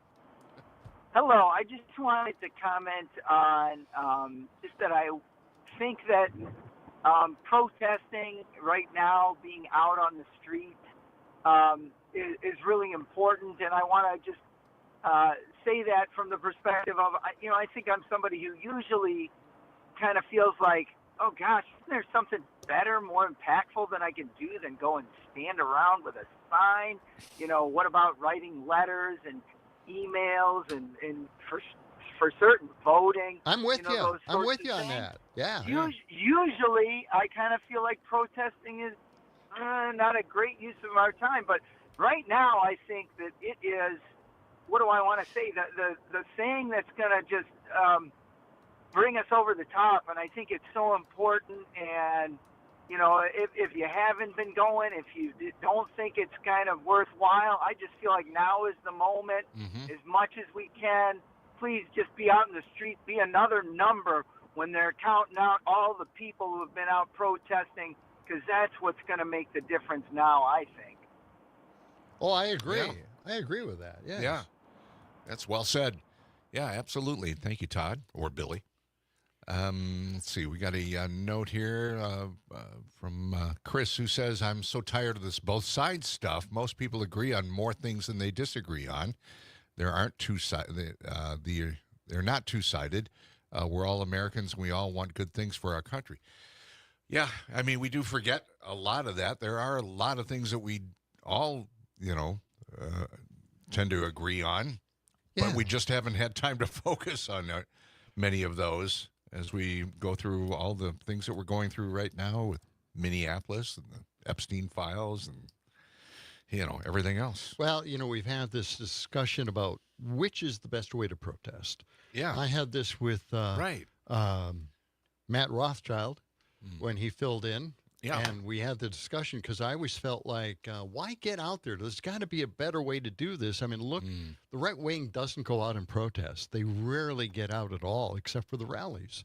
But they don't protest in the street. How do you get a better protest going? And remember, in Europe, they do economic protests. Right. Where they stop everything. They don't shop. They don't do anything for a week or two, something like that. Yeah. They shut down the economy. Right. And that's how they get done whatever they want to get done. And I'm thinking, gee, that seems to be such a great plan. But I think that's hard to organize in the U.S. for some reason. I mean, it's a great idea, but I don't know how you get everybody on board with that. Yeah. For the same day or the same time. Okay, let's go back to the phones. Dolores on the phone from Madison. Good afternoon, Dolores. Good afternoon, guys. I just wanted to mention, and I think you cannot touch on that. Money is a big thing. Money moves everything. And maybe if we can, I know the general strikes, they're good, but one day is not going to change anything. I think we have to do it over time. Yeah. If everyone stops spending money, the economy will slow down, and maybe we can do things like that. Right now, I really need a new car. My car has over 220,000 miles, and I really wanted to get a new car, but now I'm just thinking I'm not going to spend any money, unless I really need to. I stop buying things like, buying food. I go to, fast food restaurants or restaurants, things like that. Right. I stop buying Target, Walmart, all those companies. They have, they usually give big donations to the GOP. So if everybody, I'm not saying stop buying, but if we buy 50% less, or more than that, I think that we can make a difference because that's the greedy of this country, money. Dolores, they're already kind of doing that. I read a story about Home Depot. People aren't making the home improvements because of the economy. They're not quite sure which way things are going to go. Yeah. They're afraid to spend money on improving their homes. So they're suffering a little bit, which is good because they're conservative. But other than that, we're slowing down when it comes to spending money in this country, and that was the part that I was really afraid of with this new plan that Trump has put in place with tariffs. It's taking money away from the economy, the higher premiums we have to pay for health care, taking money away from the economy. It can't be good. None of this can be good in combination. Dolores, thanks for that call. Well, I'll get to two reports here. One from Scott Galloway talking about an economic strike, and then we'll get to being Minnesota nice. How do you protest in a nice way? Right, and more of your calls at 855-752-4842. Coming right back with more of John and Gordy. When you see it your way, there's a chance that we might fall apart before too long. We can work it out. We can work it out.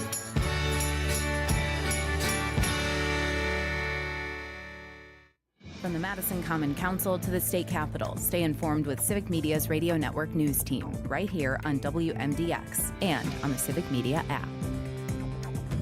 Aho, this is Robert Pilot of Native Roots Radio. On our show, we share stories from Turtle Island highlighting the people and issues shaping our communities. From protecting water to treaty rights and preserving languages and traditions, we cover it all. Hear voices like Arvina Martin of Emerge, Wisconsin, Dr. Stately, Robert Lilligren, and more. Because Native issues are human issues, and human issues are Native issues. Native Roots Radio, weeknights at 8 on your local Civic Media radio station.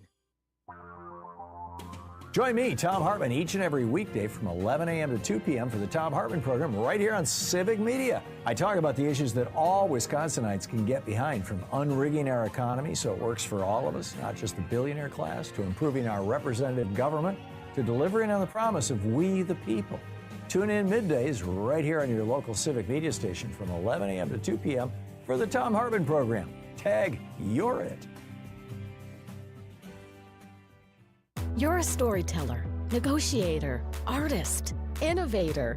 Whatever your passion, whatever your skills, behind the scenes or in front, you belong here. A career in broadcast media. Local radio and TV stations in every town and city need someone like you. So do what you love and bring your talent to life. Your passion, your skills, your career. You belong here. Learn more at youbelonghere.media. Listen, retirement is the long game. We can't play about our future or our finances. Let's put ourselves in the right position. Start building your retirement plan at thisispretirement.org. Brought to you by AARP and the Ad Council. Parallel parking in Madison? Impossible. Finding real conversation on the radio? Probable. With 92.7 WMDX. Civic Media Mornings. I'll be honest, I don't mind public transportation. I will take it when necessary. I don't like it because I'm a germaphobe. I don't know what people have touched. I don't know who's touched things. And so family vacations always were extra special because we just walked around saying, don't lick that. Why is that in your mouth? Please don't. That's disgusting. Wow. He doesn't walk around just licking things, thankfully. But he... Not since the restraining order. Get Jamie Martinson and Brian Noonan at your local Civic Media station. Weekdays, 6 to 8. A fresh perspective on the great outdoors. What's up, everybody? My name's Joel Clayfish, and this show is all about the great outdoors of the great Midwest. I have the joy of steering the ship across every lake in Wisconsin, Minnesota, Michigan, Iowa, and Illinois. This is Raised in the Woods. Raised in the Woods with Joel.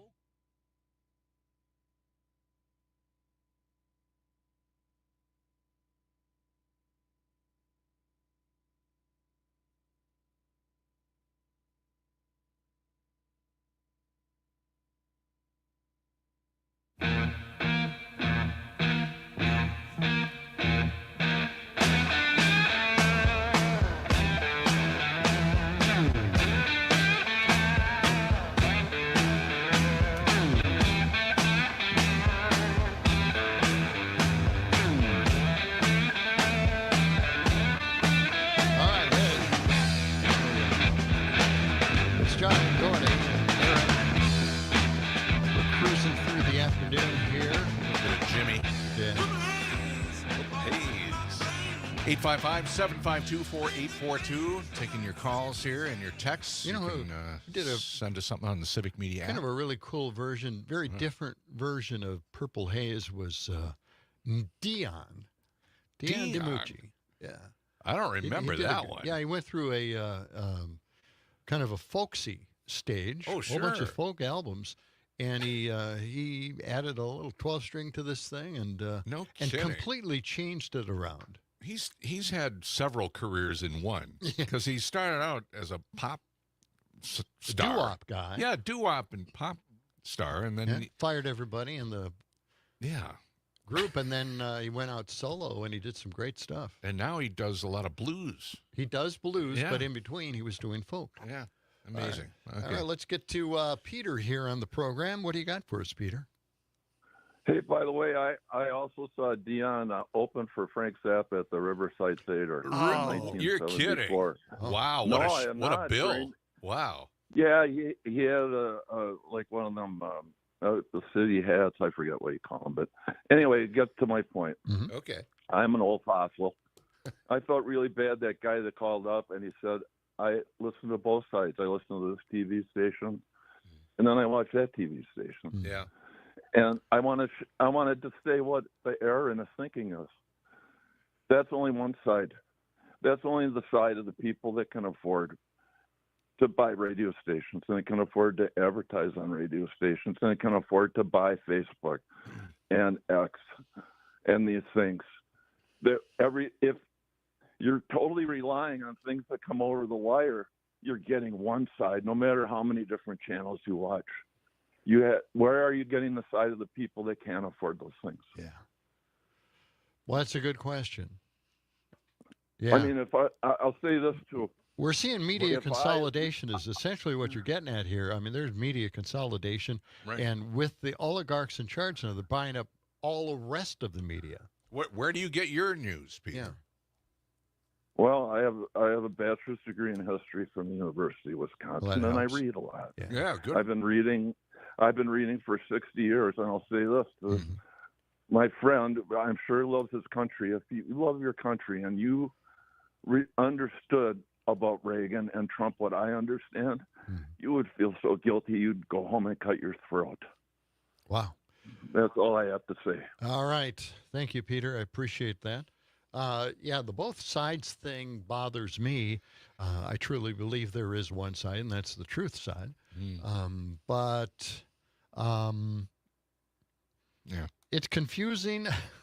Well, it's not confusing. It's difficult to try and have that conversation with someone who doesn't believe in the truth or believe what the truth is or thinks the truth is something that has been explained to them in a different way. Now, we have heard that liberals are woke and woke individuals are traitors, and we've heard that woke individuals, liberals, are also fascists. They have managed to switch what fascism actually means, and that isn't the truth. Fascism is something, and it's defined. We know what it is. All you have to do is look it up and find out. That's all you have to do, and that's something that everybody can do, and then find out detail by detail, point by point, what a fascist is and how it comes about. And when you see that, you'll recognize a pattern. And that's all I can say. Well, so much of this both sides stuff, it all changed when Trump came on the scene. I mean, I think it galvanized some people, but it also, he did everything he could do to call things fake news all the time, and accuse Obama of not having a birth certificate, and he's going to build a wall, and all of these huge things. And he started dominating the conversation with all of this stuff, and he got a following, and ended up really destroying the Republican Party. And in turn, the Democrats have been running around with their hair on fire and not knowing what to do about things so much lately. Yeah, I think you hit it, though. I think it's the emphasis on fake news really turned a lot of heads. Right. And gave everybody the right to think what they think is the truth. Yes, and present their truth, the right side of the aisle truth as they saw it, and as Trump sees it. And it hasn't been the same since. It hasn't, no. So, anyway. Well, next hour we're going to play a few cuts for you in regards to the best way to protest. All right. Got that coming up, and more of your calls, 855-752-4842. And we're going to come back to the Randy Bachman story. We figured it out. More You looked it on up. this. You were able to look it up. Right. We've got more on that coming up.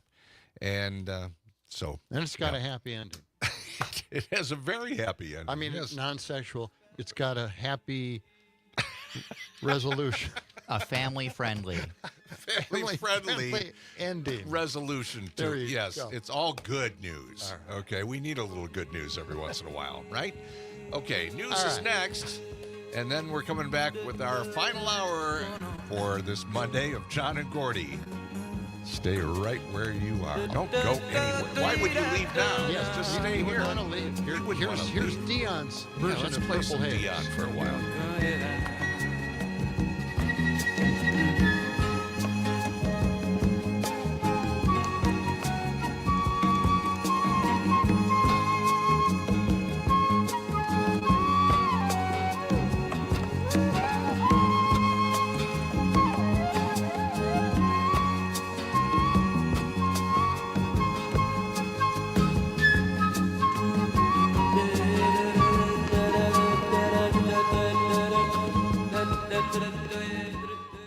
This is 92.7 WMDX Columbus, Madison's real news and great conversation. A Civic Media station. WMDXradio.com.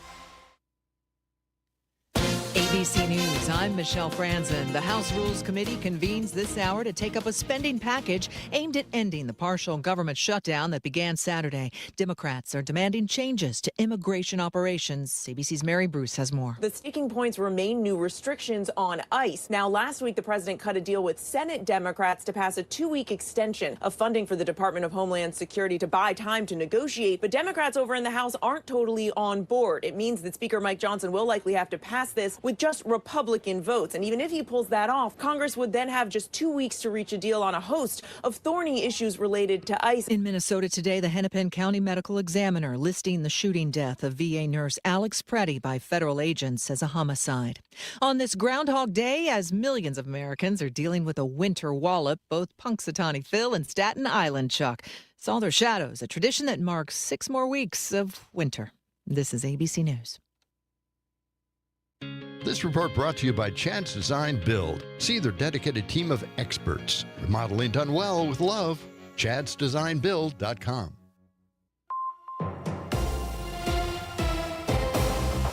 For 92.7 WMDX News, I'm Savannah Tomei Olson. I don't think people realized, nor did I, that we would ever get to this point where ICE would be this rogue, this out of control. That's Congressman Mark Pocan, who represents the Madison area. He was on the west side to talk about ICE agents in Minnesota and in Wisconsin. Unfortunately, ICE is acting in many ways as a rogue agency, a law enforcement agency that seems to be given direction that they have immunity or impunity above the law, which no law enforcement has. They're acting more like personal police for the executive branch than anything else.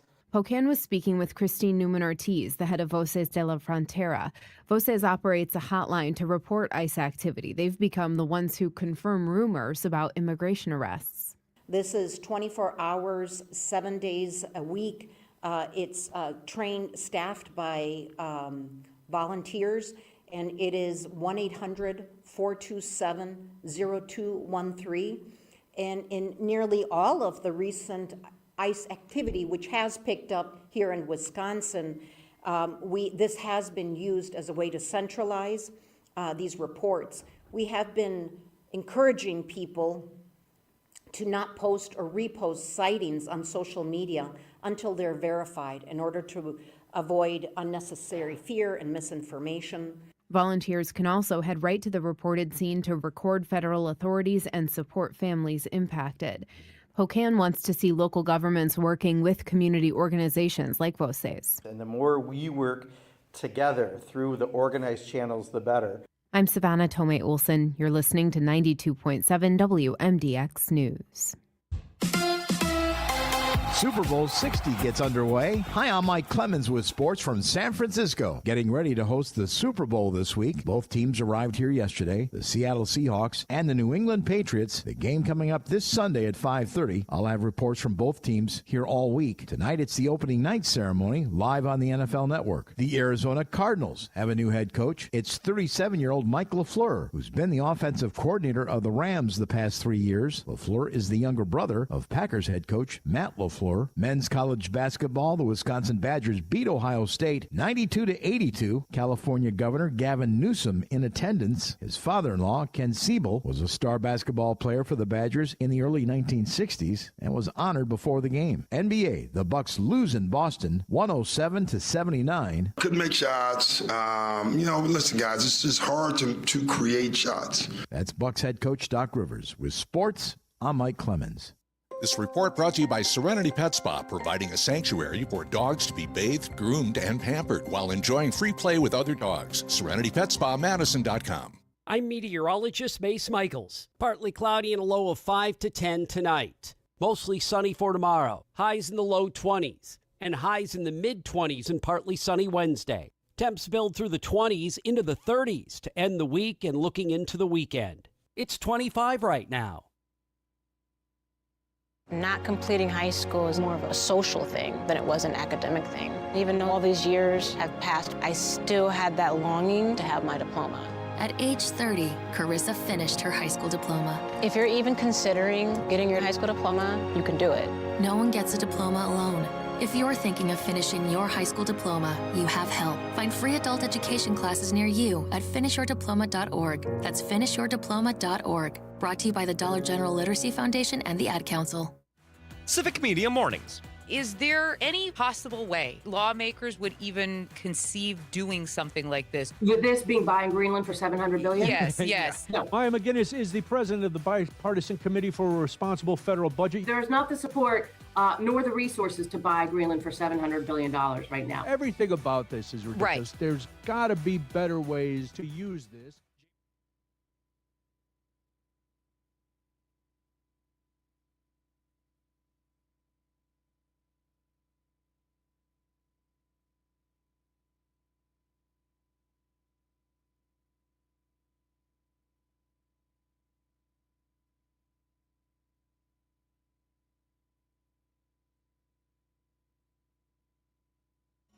Then put your little hand in mine. There ain't no hill or mountain we can't climb. Babe, I got you, babe. I got you, babe. And we got each other. Oh, I know why he's playing this now. Groundhog Day. Yeah, okay. What a great movie. Yeah. It's unbelievable. Maybe Bill Murray's greatest movie. Yeah. I'm trying to think of something better. The Stripes is really cool. And I don't know. Yeah, it's Groundhog Day. This was probably one of the most creative movies. Yeah. It's a classic now. It is. Yeah, and it is Groundhog Day. So the groundhogs saw their shadow. Both of them were whatever their No, names Puxatawny are. Phil Saw a shadow. Yes, and so he got scared, and that means 6 more weeks of winter. Exactly. But Jimmy the Groundhog in Sun Prairie I didn't did think of not Jimmy. see his shadow, and that means an early spring around here. So it's a regional thing. You know, there's the national picture with Puxatawny Phil, then there's the regional. There's all kinds of regional groundhogs. You were a regional. I had Rodney the Rodent over in South Bend, you Indiana. were the rodent. You had a rodent costume. I did it for like about a dozen years. Yeah, and Did he ever bite anybody's ear like Jimmy and Sun Prairie did? No, but it became quite a thing, actually. And it got a lot of press. And I was stuck with it for year after year, dressing up as in the stupid costume. Now, you said you were going to post a lot of those pictures online on our Facebook page. Yeah, that's a lie. I'm not doing that. I'm not doing that at all. Okay. I was going to look at some of these other groundhogs, but it doesn't matter now. I was going to. There's Phil. Okay. Okay. Buckeye Chuck in Ohio. Mm-hmm. General Beauregard Lee in Jackson, Georgia. French Creek Freddy in French Creek, West Virginia, and Sir Walter Wally in Raleigh, North Carolina. Yeah, I know. It's a crazy thing. That is crazy. Okay. So are they all on the same page, or is there some Well, I didn't difference? keep a scoreboard this year. That was kind of one of Rodney the Rodent's bits. I would scoreboard the character that I played would scoreboard all of the groundhogs and put out that information and make a little report out of it. But I understand the groundhog in Sun Prairie is rather vicious. That's the one that bit somebody a couple of years ago. Yeah. Yeah. It's probably like 14 years ago now, maybe. Is But it there is a really? video on YouTube, that and I have long? to say, I do watch it every year. Do you really? Well, okay. And then back to the Randy Bachman thing. Yes. First of all, the documentary that I saw, if you want to check it out, and I don't know why you would, but anyway, Randy Bachman's Vinyl Tap, Every Song Tells a Story, and came out in 2014. And it's a great documentary because he sits there with a band. He's with a band, and he's talking about all of these different songs. And the one that got some attention was You Ain't Seen Nothing Yet, which we played a little while ago, where he stutters through the song. And apparently he did that as a joke, and that wasn't even supposed to be on the album. It was just something they did as a work track, but somebody from their record company heard it, and they thought it was great, and they put it out, and it was a big hit. Well, Randy Bachman felt really bad about it. He was trying to stop them from putting it out, and he actually recorded another version where he didn't stutter. Are you dozing off over there? No, I'll think get it's to the great. point. The point is the story. It's a warm story. Go ahead, tell it. he re-recorded the vocals so that he didn't stutter through it. Yeah. And he didn't like it at all because it sounded too much like Frank Sinatra. I don't know how Randy Bachman could ever sound like Frank Sinatra, but that was the story. And anyway, following the song's massive success, and again, he did this because his brother had stuttered. Yep. So his brother, Gary Bachman, actually reportedly received help for his stuttering after that song became a big hit, and eventually he stopped stuttering. So it all has a happy ending. There you go. Well, that's I'm great. sure. No, God, we were I'm all exhausted. Can I take a break? I imagine for a while there might have been some tensions between the brothers. Like, hey, There's you know what? that joke song I made about you? Yeah. They decided to put it on the album. Oh, you know. Now you're going to hear it every day for the next 5 years. Yeah. So he had to actually live should have through given that. him a piece of the action. You know, that would be, you know, give him a couple of $100,000. Yep. No, but anyway, it all ends well. Oh, so. I'm glad you were able to research that and ease a lot of people's minds because we didn't want to think of that song as being cruel. In any way. Yeah, good. Okay, over to you. It was, but it turned out rather well. All right. Phone lines are open, 855-752-4842. Now we're talking about protesting the right way. Oh, right. Larry in Deerfield offered this up. Rick Steves, who does a travel on show PBS. on PBS, he said Europeans do take to the streets and do boycotts and economic shutdowns. Right.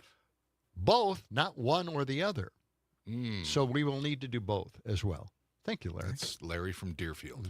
Okay. All right. Now I've got this cut now from NYU Professor Scott Galloway on an economic protest. Let's listen to his point of view. If you want to look at the fastest political movement in history, it was actually about exactly 6 years ago, and that was 2020, when the GDP went down 31% because of COVID. We had the greatest political movement in history in terms of actual move to action. And my fear is that every few years we protest, we make signs, we chant, we gather. It feels good. It looks great on CNN. And then nothing happens. If you want to understand real power and the difference between being right and being effective, stop watching protests and start watching gross domestic product, specifically GDP. Trump does not respond to outrage. He responds to markets. Talking about something quieter, far more unsettling to the system, and that is an economic strike. A short-term coordinated withdrawal from spending and maybe work. No marching, no slogans, just less. And our economy is 70% consumer-driven. Consumers actually have more power, not in signs or in guns or even in their vote right now. They have it in the power of the purse. If you think about what you could do here, if wealthy households took their spending down 10% and middle class and lower income households, which have a difficult time reducing their spend, took it down 5%, you would take GDP negative almost overnight. It's hard because it requires coordination. It's risky, especially for people living paycheck to paycheck. But that's exactly why it works. All right. Yeah, that's it. Wow. And I like Larry's idea of doing both, right? We've been doing it for so long. We have so many great costumes now and signs. Yeah. And sign companies, and now all the protesters are getting paid. Right. Yeah, sure. It's really worked out for us. Okay, now let's go to Minnesota Nice, okay? You know, the protests up there are just fantastic. You know, there's a possible Nobel Peace Prize for the entire city of Minneapolis. Okay. Why don't we get to one Minnesotan, Tony Lloyd, and he's got an idea about how to protest ICE. Okay. Let's listen. To the federal agents in Minnesota, we want you to know that this aggression will be met with an equal passive aggression. We're going to say, oh, looks like you're working hard today, but we're going to say it in a way that sounds like a threat. We're going to get you some coffee, but it's going to be that weak Lutheran kind of coffee, like somebody whispered the word Folgers over a cup of hot water. We're going to hold a door open for you, but you'll be so far away you'll have to light jog your way across a parking lot in order to get there. We're going to wave at you with all 5 fingers, but the smile won't reach your eyes and you'll feel it. We're going to give you directions to where you're going, but the last piece of directions will be turn where the old Perkins used to be. You'll never find it. Oh, boy. We're going to give you a seat at the potluck table, but the only thing that'll be left is that weird green Jell-O thing. Finally, we're going to say, oh, interesting choice. And you're going to think about it all day. Okay. Okay. There you go. Right. That is so Midwest. All right, let's go to the phone lines. We've got Dick. What do you got for us, Dick? Good afternoon. Well, it's a little off the subject, but I heard something on Hartman's show last week. Somebody was talking about former President Bush has never weighed in and said a thing about the protests or about this situation with ICE. And I finally came up with my theory on why not. We may not have been talking about any of this if he would have had done his job and been reading his daily briefs. We might not even had ICE. It was formed in 2002 as a result of the 9/11 attack, which he botched, in my opinion. I'm not saying that it was all his fault, but there was pretty good indication something was coming. Yeah. And so had that, I don't know. I agree. I think it would. At that it would time, bring attention to him. And at that time, it was just at that time they put too many departments in Homeland Security. That was the big criticism of it at the time. Yeah. And it just gotten totally out of control since. And then another fallacy with all Republican presidents, we have to hear about how they're so much better on the economy. It's proven otherwise. Yeah, all the time. Well, all the time. Yeah, voodoo economics, right? Trickle down does not work. It hasn't worked. It's never worked. So, look, this is the thing. I guess I do believe in the truth. And talking to conservatives who don't necessarily believe in my truth, but there's only one truth. So I'm saying the truth. And I want to know I want to know how they think. I think that's my point. I want to get to the bottom of how they came to the conclusions that they have come to. That's where I'm going with this. I'm just curious. All right. Dick, thanks for that call. Thanks, Dick. Let's go to Eric in Milwaukee. Eric, go ahead. Hi. I've never heard anything on the news. I'm wondering if anyone has ever done a poll of people in Minneapolis or the Minneapolis area of how they feel about ICE being occupying their town. And I would think it would be probably overwhelmingly against, and I think that would be a pretty powerful tool to argue against a lot of the baloney that the Trump administration puts out. Yeah, have you ever heard anything of any polls? Not in that area. Like you mean a Minnesota poll of some sort. Like we have the Marquette poll here in Wisconsin. Right. No local polls that we know of, but no, I haven't. No. Yeah, but that's a good point. We should check into that. We will. We'll look that up. Thank you, Eric. Thank you. Appreciate it. All right. Good suggestion. We got a couple of more texts in here. Yeah. Chris says, I'm from Minnesota. This is what the term Minnesota nice actually means. It doesn't mean nice. It's the nicest passive aggression on the planet. Super funny. That's what I grew up with. Yeah. Okay. Thank you, Chris, for that. It's good stuff. And somebody else chimed in, too. And agrees. I'm from Minnesota as well. Minnesota nice truly is passive aggressive. Okay. All right. Well, coming up in just a few moments, I want to get to the big Don Lemon thing. Oh, yeah. Getting arrested for supposedly interrupting a church service, which he did not do. Of course, now they're making things up again. He was just there and reported on it. Yes. He said something in the beginning of an interview on his way into the church, where he says, I'm going to be a part of the operation. Okay. He's what going they're into this operation. Yeah, they think, well, see, he was part of it. No, that wasn't quite what he was saying, but you can certainly read into it. But anyway, we'll get into that. And then the other protests that they're not reacting to, they're not arresting the individual who is interrupting church services. 2 people. We'll get to that. All right. That's coming up. Stay with us for more of John and Gordy.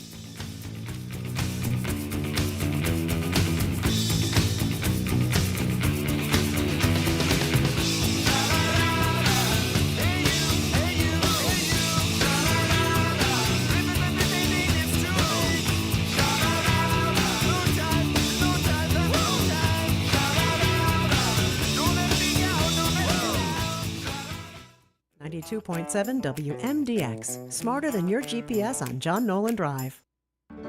Allure Intimate Apparel redefines what it means to feel confident, celebrating every woman, every shape, and every size. Their expert bra fit specialists offer a refined, pressure-free experience designed for comfort, beauty, and ease. Bra, sleepwear, swim, and lingerie, Allure has it all. With a personalized touch and a commitment to service, Allure helps you feel supported every single day. Visit Allure's new location in the Hilldale Shopping Center, where bra fittings are their focus. Visit AllureFits.com. That's AllureFits.com. You're staring at the fridge like it's going to talk to you. I'm waiting for inspiration. Well, there's leftover salad or... Or Sugar River Pizza? You say that like it's a question. It's pizza and pasta and pulled pork and 48 beers on tap. You had me at Sugar River. Plus, you deserve a night off from the kitchen. Right? And the kitchen deserves a night off from you. What's that? I said no one deserves a night off more than you. Grab the keys, Bob. Sugar River Pizza. Relaxed, delicious, and always a good idea.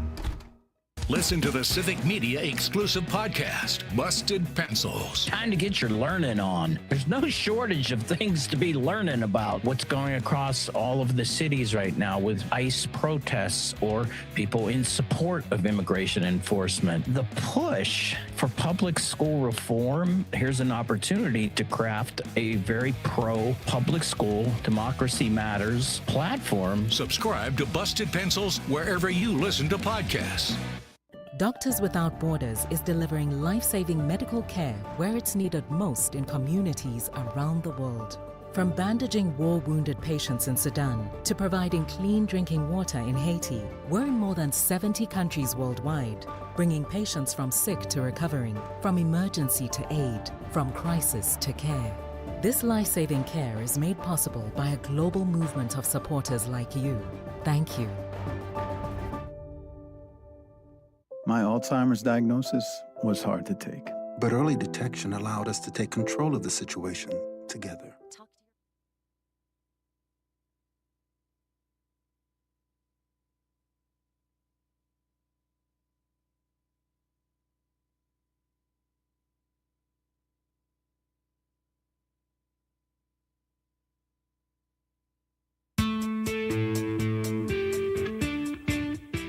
As the 21st century began, human evolution was at a turning point, a dumbing down, until humanity was incapable of solving even its most basic problems. This is grade A weapons-grade stupidity. Just doing my civic duties. We can duck and cover. There's a fallout shelter right there. There's no way to survive this, you idiot! Idiocracy. For the smartest guy in the world, you're pretty dumb sometimes. Not most of the time. All the time. Yes, all the time. Yeah. All the time. It's John and Gordy and Aaron. We've got a few responses here in the text. Yeah. One is, and I think this is kind of at the heart of the issue. Tom wrote, this is an easy one. All comes down to the pro-life issue. Democrats evil, Republicans good. I think that is a great example. Now, you could give that example for other things as well, like, Medicaid, food stamps, all of that. Right. It differentiates the conservatives from the Democrats. And I think that's where it really is kind of bottom lining. Yeah. So that's why there is this difference. It's not so much the facts maybe, but it's where you stand on social issues, right? Yeah. Social and the moral issues. Yeah. Yep. Yeah. Moral issues as well. That's it. All right. Phone lines are back open. If you want to get in, now's a good time. 855-752-4842. Happy Groundhog Day. Did somebody leave the door open? One of the street people have come Oh, up here. wait. And, no, it's Catherine Lake. Catherine. I didn't even recognize her. I don't carry change anymore, so.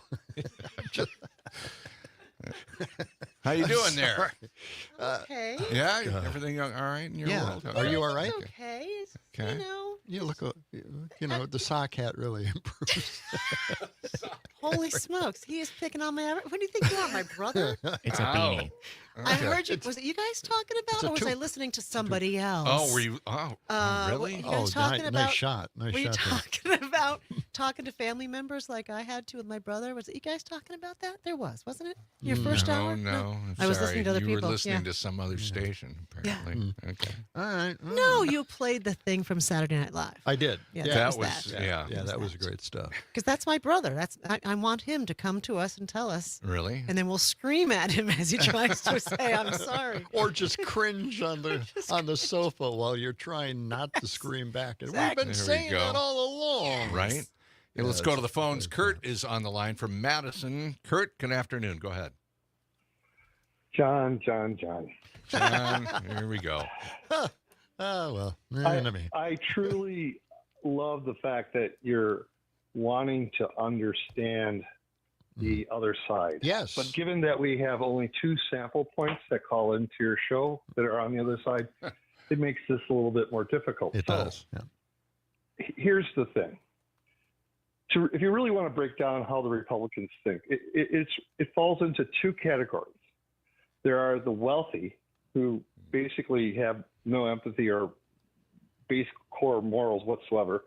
Then you have the other ones that are poorly educated, no critical thinking skills, and even though they'll never admit it, have some color problem in their life. And with all due respect to Gary, if you're my older brother, I would just simply say, you need to go back online and read up on Reagan and get a sound understanding. So, John, for you, I'm doing this for you. I suggest you invite CJ to your house. I'm sure you have a couch, and you can psychoanalyze him, and then maybe you'll get closer to understanding CJ. But to do it in a call on the show, impossible. Can't do it. All right. Yeah. Well, okay. I've been warned. We haven't heard from CJ in a little while here, but Kurt. Yep. All right. Thanks a lot, Kurt. He's trying to help you. Well, I think if I have CJ over, he'll never leave. He'll see the good life. He'll say, "Oh man, these liberals, these woke people." Well, nothing's going to happen overnight, right? You're not going to change anybody's mind in a moment. It's going to happen over the next several years. Yeah. We have to reconcile a lot of things. Well, I think, Kurt brought up a good point about racism as well. I think Trump has made it okay. Yeah, he has. Normalized it. Absolutely. Yeah. By going through immigration. Yeah. Yeah. So anyway, that's he's weaponized it. Okay, we're getting more of your texts and more of your calls. 855-752-4842. Reading through some of the texts here. Just offered. I'm trying to preview these before I say them out loud. I did not hear this one. Which one? Yes. Crute actually made a Thanksgiving special years ago with CJ and aired it. Ooh, I didn't know a whole that. episode. Were you here for that, Aaron? I wasn't here to record it, but it did happen. And he says here, nothing changed his mind. Yeah. Yeah. See, I just don't think he's your typical MAGA. I just well, don't. My friend in Milwaukee is unwaverable. You can't convince him not otherwise. Change his no matter mind about what I have anything. sent him, as I go through a lot of the show material, I would send him a few of those cuts, and he would come back with some crazy stuff. I would submit, like my brother, that it's not about the facts and this thing, this opinion, this bit we're talking about. Yeah. Donald Trump, the whole essence of it. Yeah. It's him. I don't want you, John, telling me I'm wrong about anything. Turn it into it's about John Gordy's hat.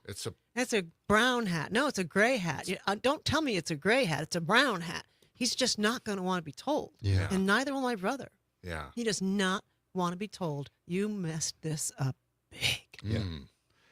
Well, he's missing his chance. I know he's truly a MAGA. He's missing his chance to sue you. It seems like that's what Trump wants to do constantly. So next thing you know, your relatives will be suing you for things you've said to them. Okay. News is next. Then we're back with the final half hour for this Monday of John and Gordy, with Catherine along for the ride, and Aaron Zomers as well. Coming right back after this. Come on and save me. Can't you feel what you're doing to me now? I'm on the run again. Gotta save your soul. 92.7 WMDX, because cows can't host talk shows. This report brought to you by Downtrins Distilling, making fun-flavored spirits with local produce. Attend a tasting. Book today at downtrins.com. For 92.7 WMDX News, I'm Savannah Tomei Olson. As the Democratic field for governor stays large, the Republican side is thinning out. Lisa Hale explains. A Republican candidate for governor is endorsed by President Donald Trump. Trump said on social media that Tom Tiffany, who's the current representative in Wisconsin's 7th congressional district, has always been at his side. And as governor, Tiffany would work to grow the economy, cut taxes, secure the border, ensure law and order, support the military, and protect gun rights. Tiffany, a longtime supporter of Trump, launched his gubernatorial campaign in Wausau back in September. Following the endorsement, Washington County Executive Josh Schoeman dropped out of the gubernatorial race, meaning Tiffany will now face medical service technician Andy Mansky in the August 11th Republican primary. Meanwhile, a handful of people are challenging the state treasurer. Republican John Leiber currently holds the seat. 3 Democrats are running to take his spot.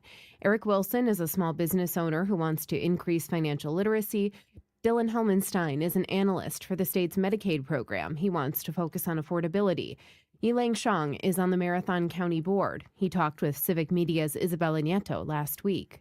The state treasurer position, often people look at that position and feel that it's a ceremonial position, but it's not. It's about accountability.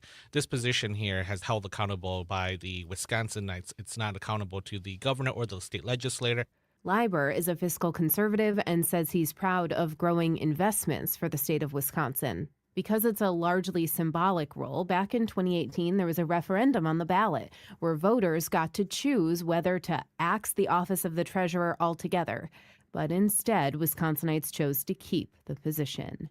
I'm Savannah Tomei Olson, 92.7 WMDX News.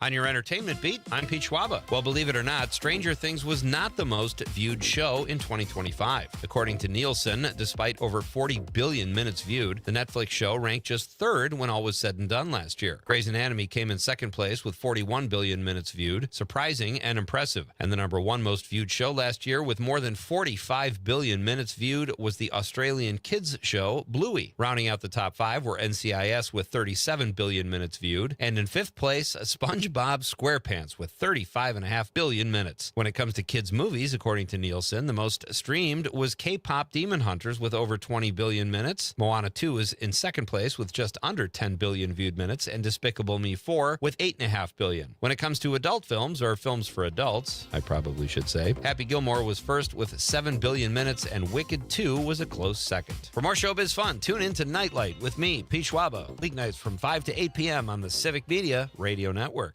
This report brought to you by Sugar River Pizza. Skip cooking. Get the hot, handcrafted pizza consistently rated Best of Madison, delivered straight to your door. SugarRiverPizza.com. I'm meteorologist Mace Michaels. Partly cloudy and a low of 5 to 10 tonight. Mostly sunny for tomorrow. Highs in the low 20s and highs in the mid-20s and partly sunny Wednesday. Temps build through the 20s into the 30s to end the week and looking into the weekend. It's 25 right now. Hey there, Wisconsin. Tom Hartman here. Democracy is not a spectator sport, so join me each and every weekday right here on Civic Media for the Tom Hartman program from 11 a.m. to 2 p.m. Covering the news of the day and sharing ways for you to get off the sidelines and get active in your community, because change starts with you. Get involved and tune in to the Tom Hartman program Monday through Friday from 11 a.m. to 2 p.m. right here on your local Civic Media radio station. Where working people come to talk. It's The Rick Smith Show, weeknights at 9 on the Civic Media Radio Network. Join me for an honest approach to the issues American working families care about. No talking points, no focus groups. Get ready for a heavy dose of democracy, fairness, grit, and no apologies. It's current affairs from a working class labor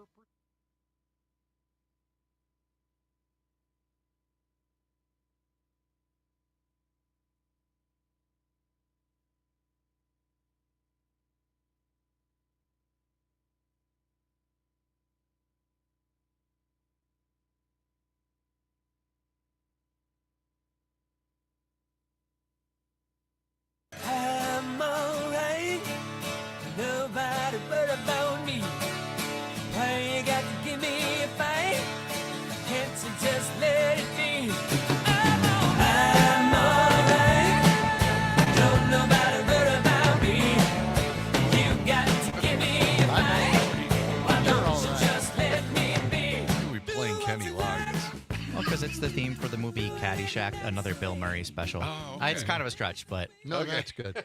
That's good. You know, I went to see Kenny Loggins. I saw Loggins in Messina. When they were Loggins in Messina. Right. I went. You went too? I did.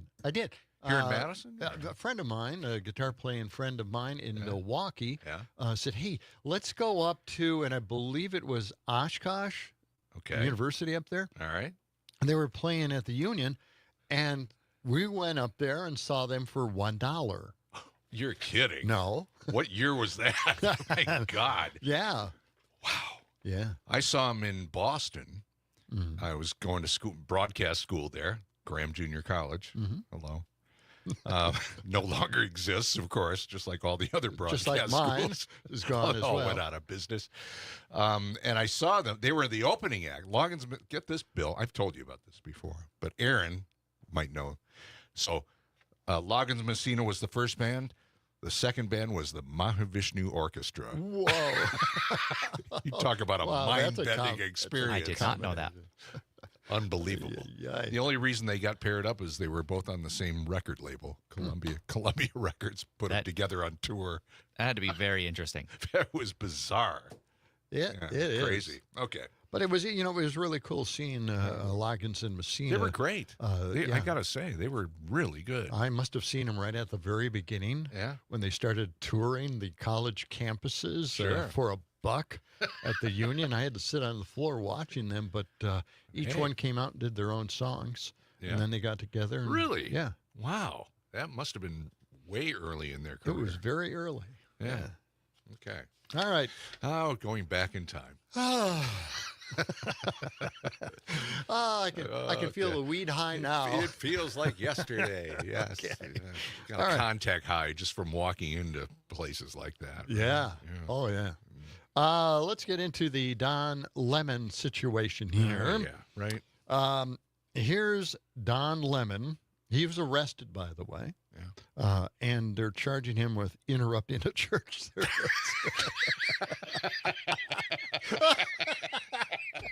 I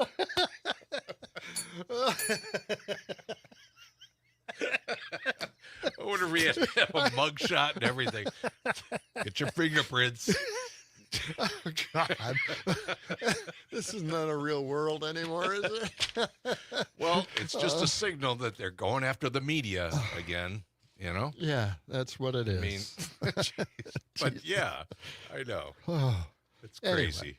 As he was going in and getting his equipment out of the car, he was recording it, and he said that he was going to be a part of the operation to disrupt the church. Now, that's not exactly what he meant to say. You'll hear it in this cut.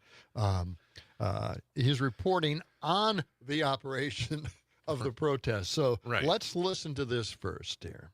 Sunday morning church. Yeah, okay, we'll see. We're after we do this operation, you'll see it live. Where's my phone? I need my phone.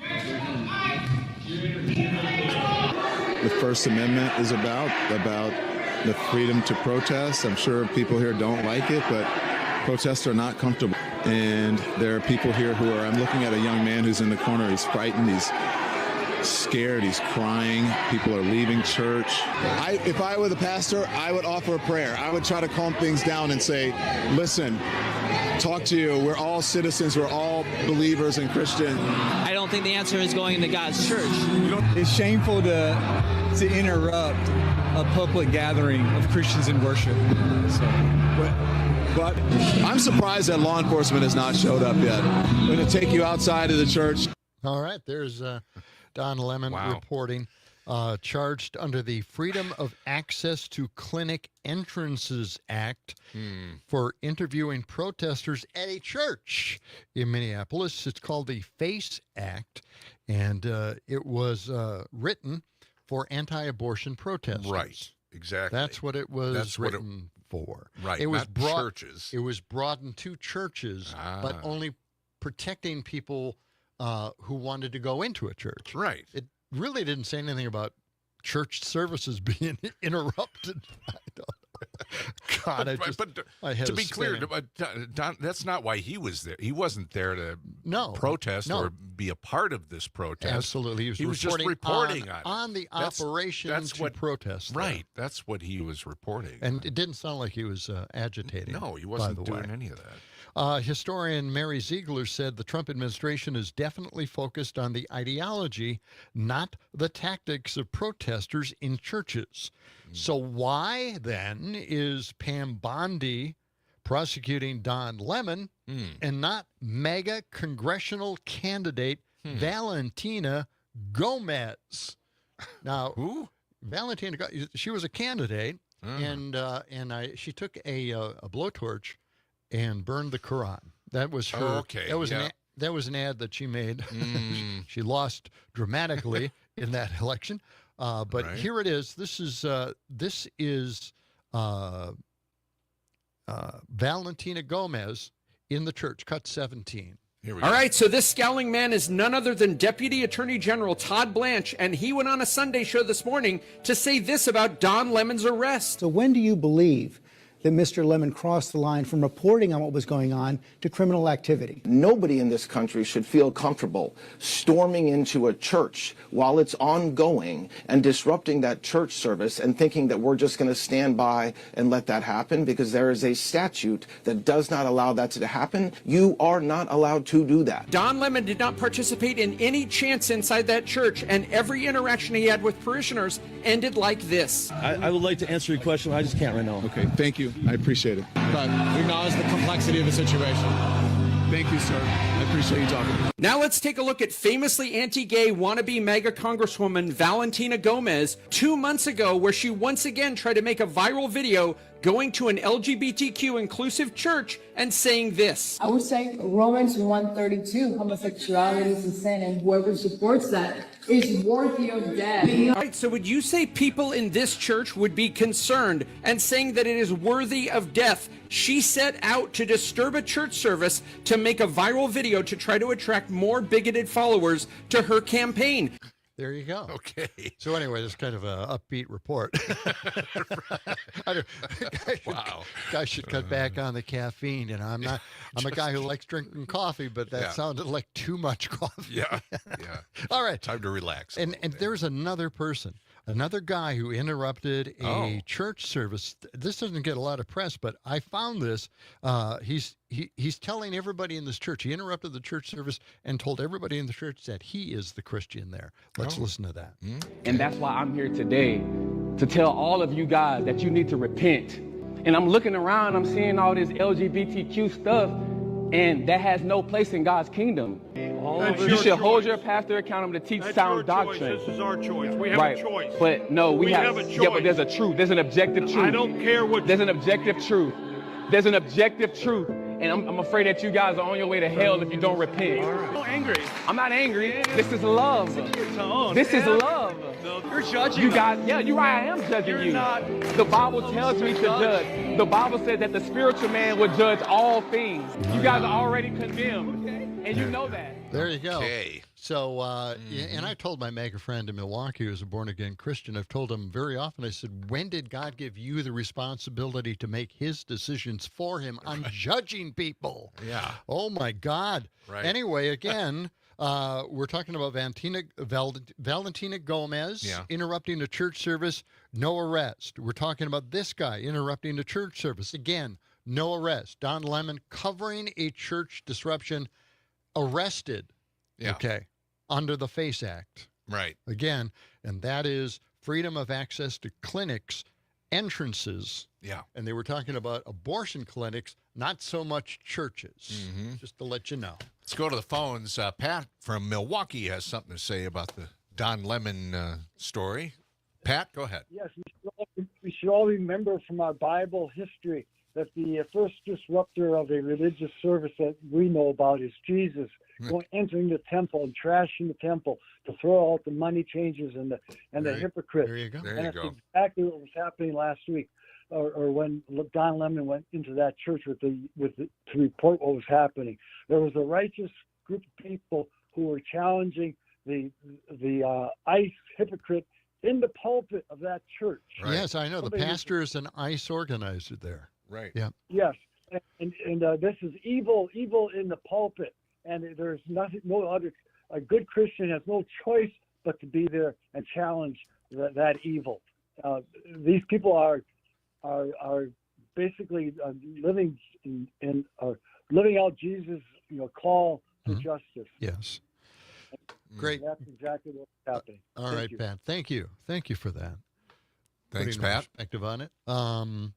I agree, and you could tell that Don Lemon was just doing his job. He's a journalist, an independent journalist out there. Right. He's and no he's longer got a- with CNN. Right. He has his own show on YouTube. He has Yeah. his own reports on YouTube. Exactly. As So, an individual. And it was a good report. It was, yeah. He's been traveling all over the country, and I don't know what it is about these people. It's just I mean. right? Oh, okay. Now let's Okay. get to this. This is kind of a judge's decision to release the 5-year-old boy, Yes. Liam Ramos. That happened over the weekend. From ICE. And his father. Yeah. Also. This is just a great decision. Wait till you hear this. Let's play cut 15. You may have seen the good news that Liam Ramos, the 5-year-old detained by ICE, has been ordered released, but it is worth reading what this judge wrote in his opinion. I have never seen anything like this as a lawyer. He starts off, this case has its genesis in the ill-conceived and incompetently implemented government pursuit of daily deportation quotas, apparently even if it requires traumatizing children. Then he continues, Civic's lesson to the government. Administrative warrants issued by the executive branch to itself do not pass probable cause muster. Then this part. Observing human behavior confirms that for some among us, the perfidious lust for unbridled power and the imposition of cruelty in its quest know no bounds and are bereft of human decency. And the rule of law be damned. Then he signs it with a judicial finger in the constitutional dike, and he includes a picture of the little boy. Stunning. That's a incredible decision. Right. Telling it like it is. And Yep. by the way, I want to say thank you from Carl out in Muskego. He was talking about your going to see Loggins and Messina, right? Yes. Up in Oshkosh, we went up there and went to a concert in Union Hall somewhere. I don't remember too much about it. He's saying Albee Hall. It's Albee Hall. Is that right? Okay. Well, I mean, it's a union. It's okay. Yeah, it's part of the union there. Okay. But anyway, Albee Hall. Yeah, Carl, thank you. I nailed it down to like 1971 or 72. It was all a blur to me somewhere along the way. Yeah. Man, it's unbelievable. That's before I even got my Earthwood guitar. I went up to Arizona. Wow. Yeah. Yeah, I was looking at all the guitar shops in Phoenix and Tucson. Yeah. And I found in Tucson a guitar shop that had 2 Ernie Ball Earthwood guitars, man, and they're just gorgeous, you got beautiful. Oh, I got 2 of them. You got one 2? for my friend who asked me to go to the concert to see Loggins and Messina. So Wow. I carried 2 damn guitars back from Arizona on a bus. Did you get any Earth shoes to go with your Earth? No. Remember Earth shoes? I had a pair. Did you? I did. I wish I still It's had like them. walking uphill, right? Yes. Back with more of John and Gordy after this.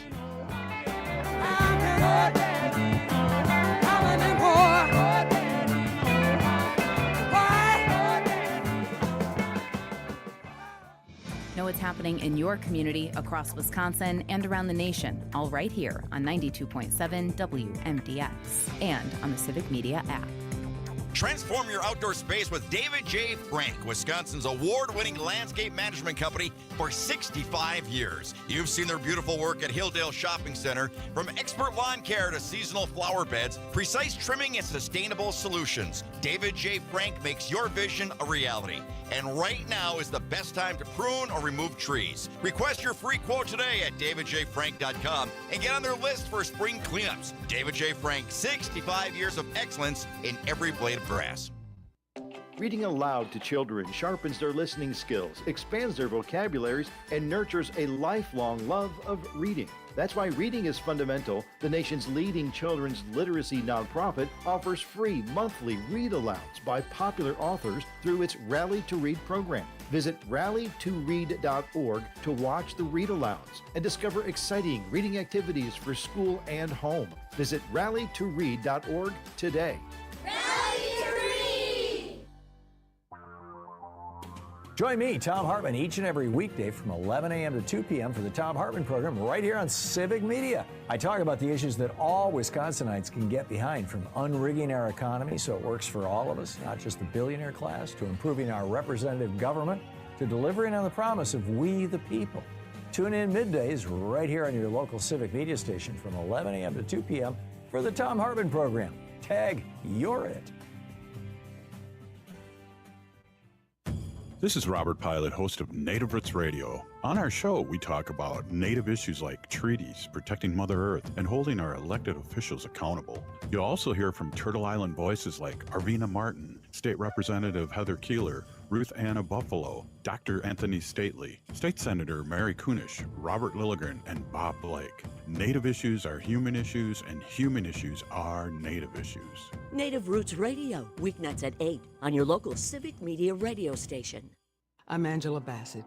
For 33 million Americans, one bite can cause a life-threatening reaction. Now, there's a needle-free option for epinephrine. Learn more at foodallergy.org/ready-to-act. Your neighbors are talking. Leaders are deciding. Madison's story unfolds daily on 92.7 WMDX. When a warrior faces adversity, he fights through it. He finds a way. Freedom isn't free. Rolling strong. Belief.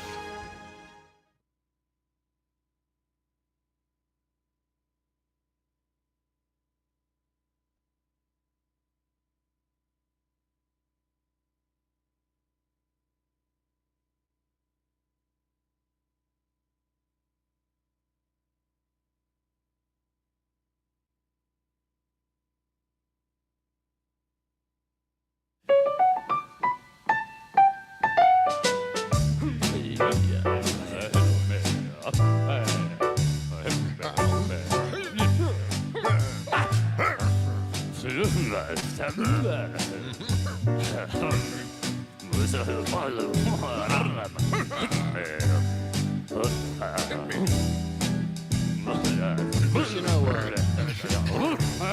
would have been interesting to have this kind of conversation with John Lemon.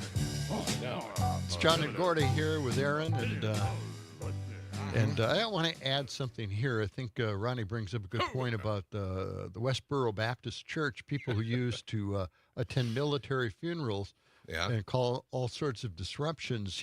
That is not the WAVE Act. It is the SERVE Act that they passed in order to prevent the Westboro Church from protesting funerals of veterans. So wanted to double check on that just to make sure, because when I researched the WAVE Act, I didn't see a reference to the Baptist Church, which wasn't really, I don't know, was it really a Baptist church or not? It was just a group of protesters, obnoxious as heck. All right, let's go to Cam now. What do you got for us, Cam? Hey, guys. I believe some of you had wanted Bernie in the past, right? Yes. Okay. Now, this is only half joking, but there is a serious implication here for the 2026 midterms. Mm-hmm.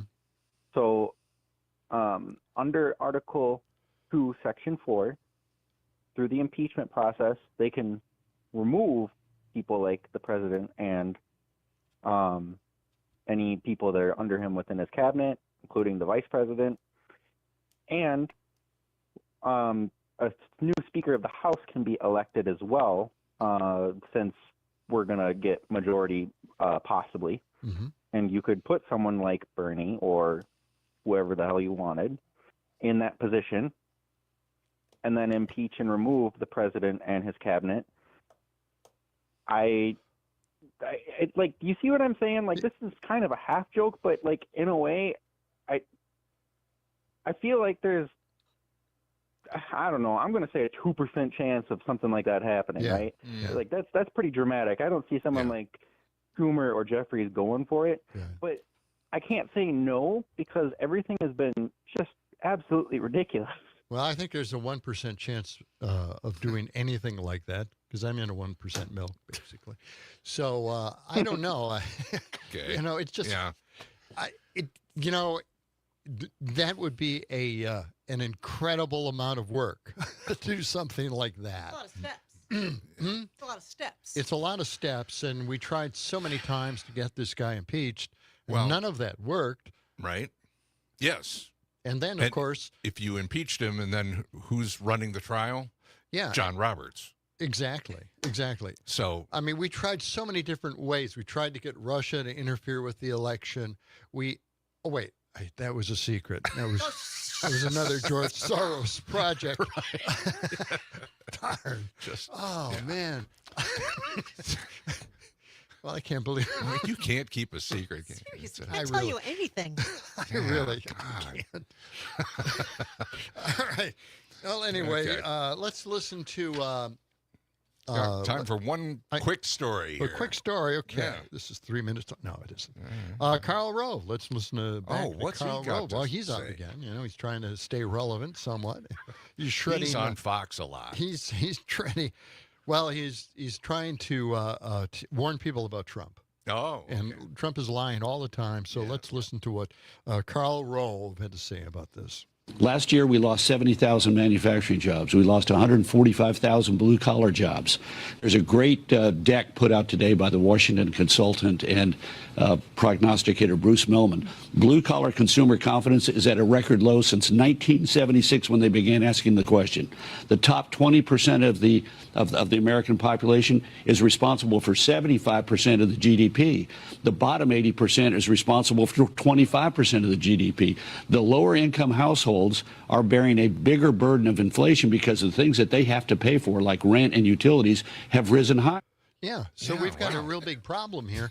No one ever talks about it, but it really is these gigantic, huge healthcare premiums that we're paying now. Yeah. I don't know why that kind of disappeared. I don't know why the Republicans aren't backing down just a little bit on this. I know there are talks going on, but I don't see real positive movement in that direction. To the young men. Yes. They are the ones who voted Donald Trump in kind of as a voting bloc. We figured that.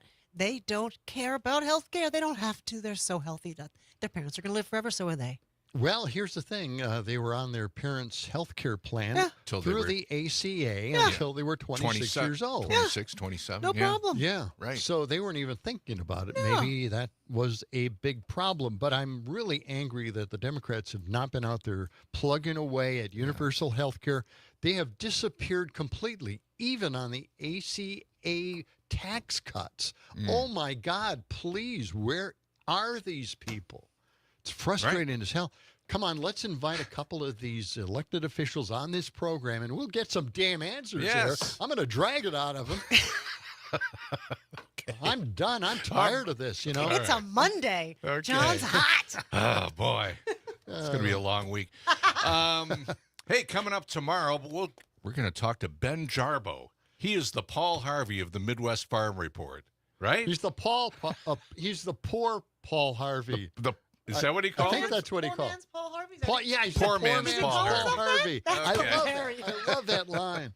I love that line. And also, we're going to talk with Liz Johnston from the Serenity Pet Spa, what you should or shouldn't be doing with your pets this time of year and getting ready for spring. And maybe, you know, and here it is, Groundhog Day. So spring around here, it's coming in 6 weeks. That's what Jimmy the Groundhog said.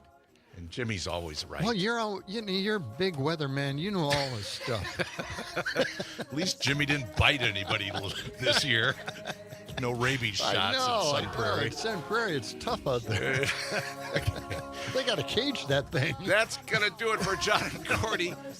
Oh, boy. Who's next? It's Pete Schwaba, Nightlight. Have a great night. We'll talk to you tomorrow. So long. John and Gordy in the morning. As we we were saying.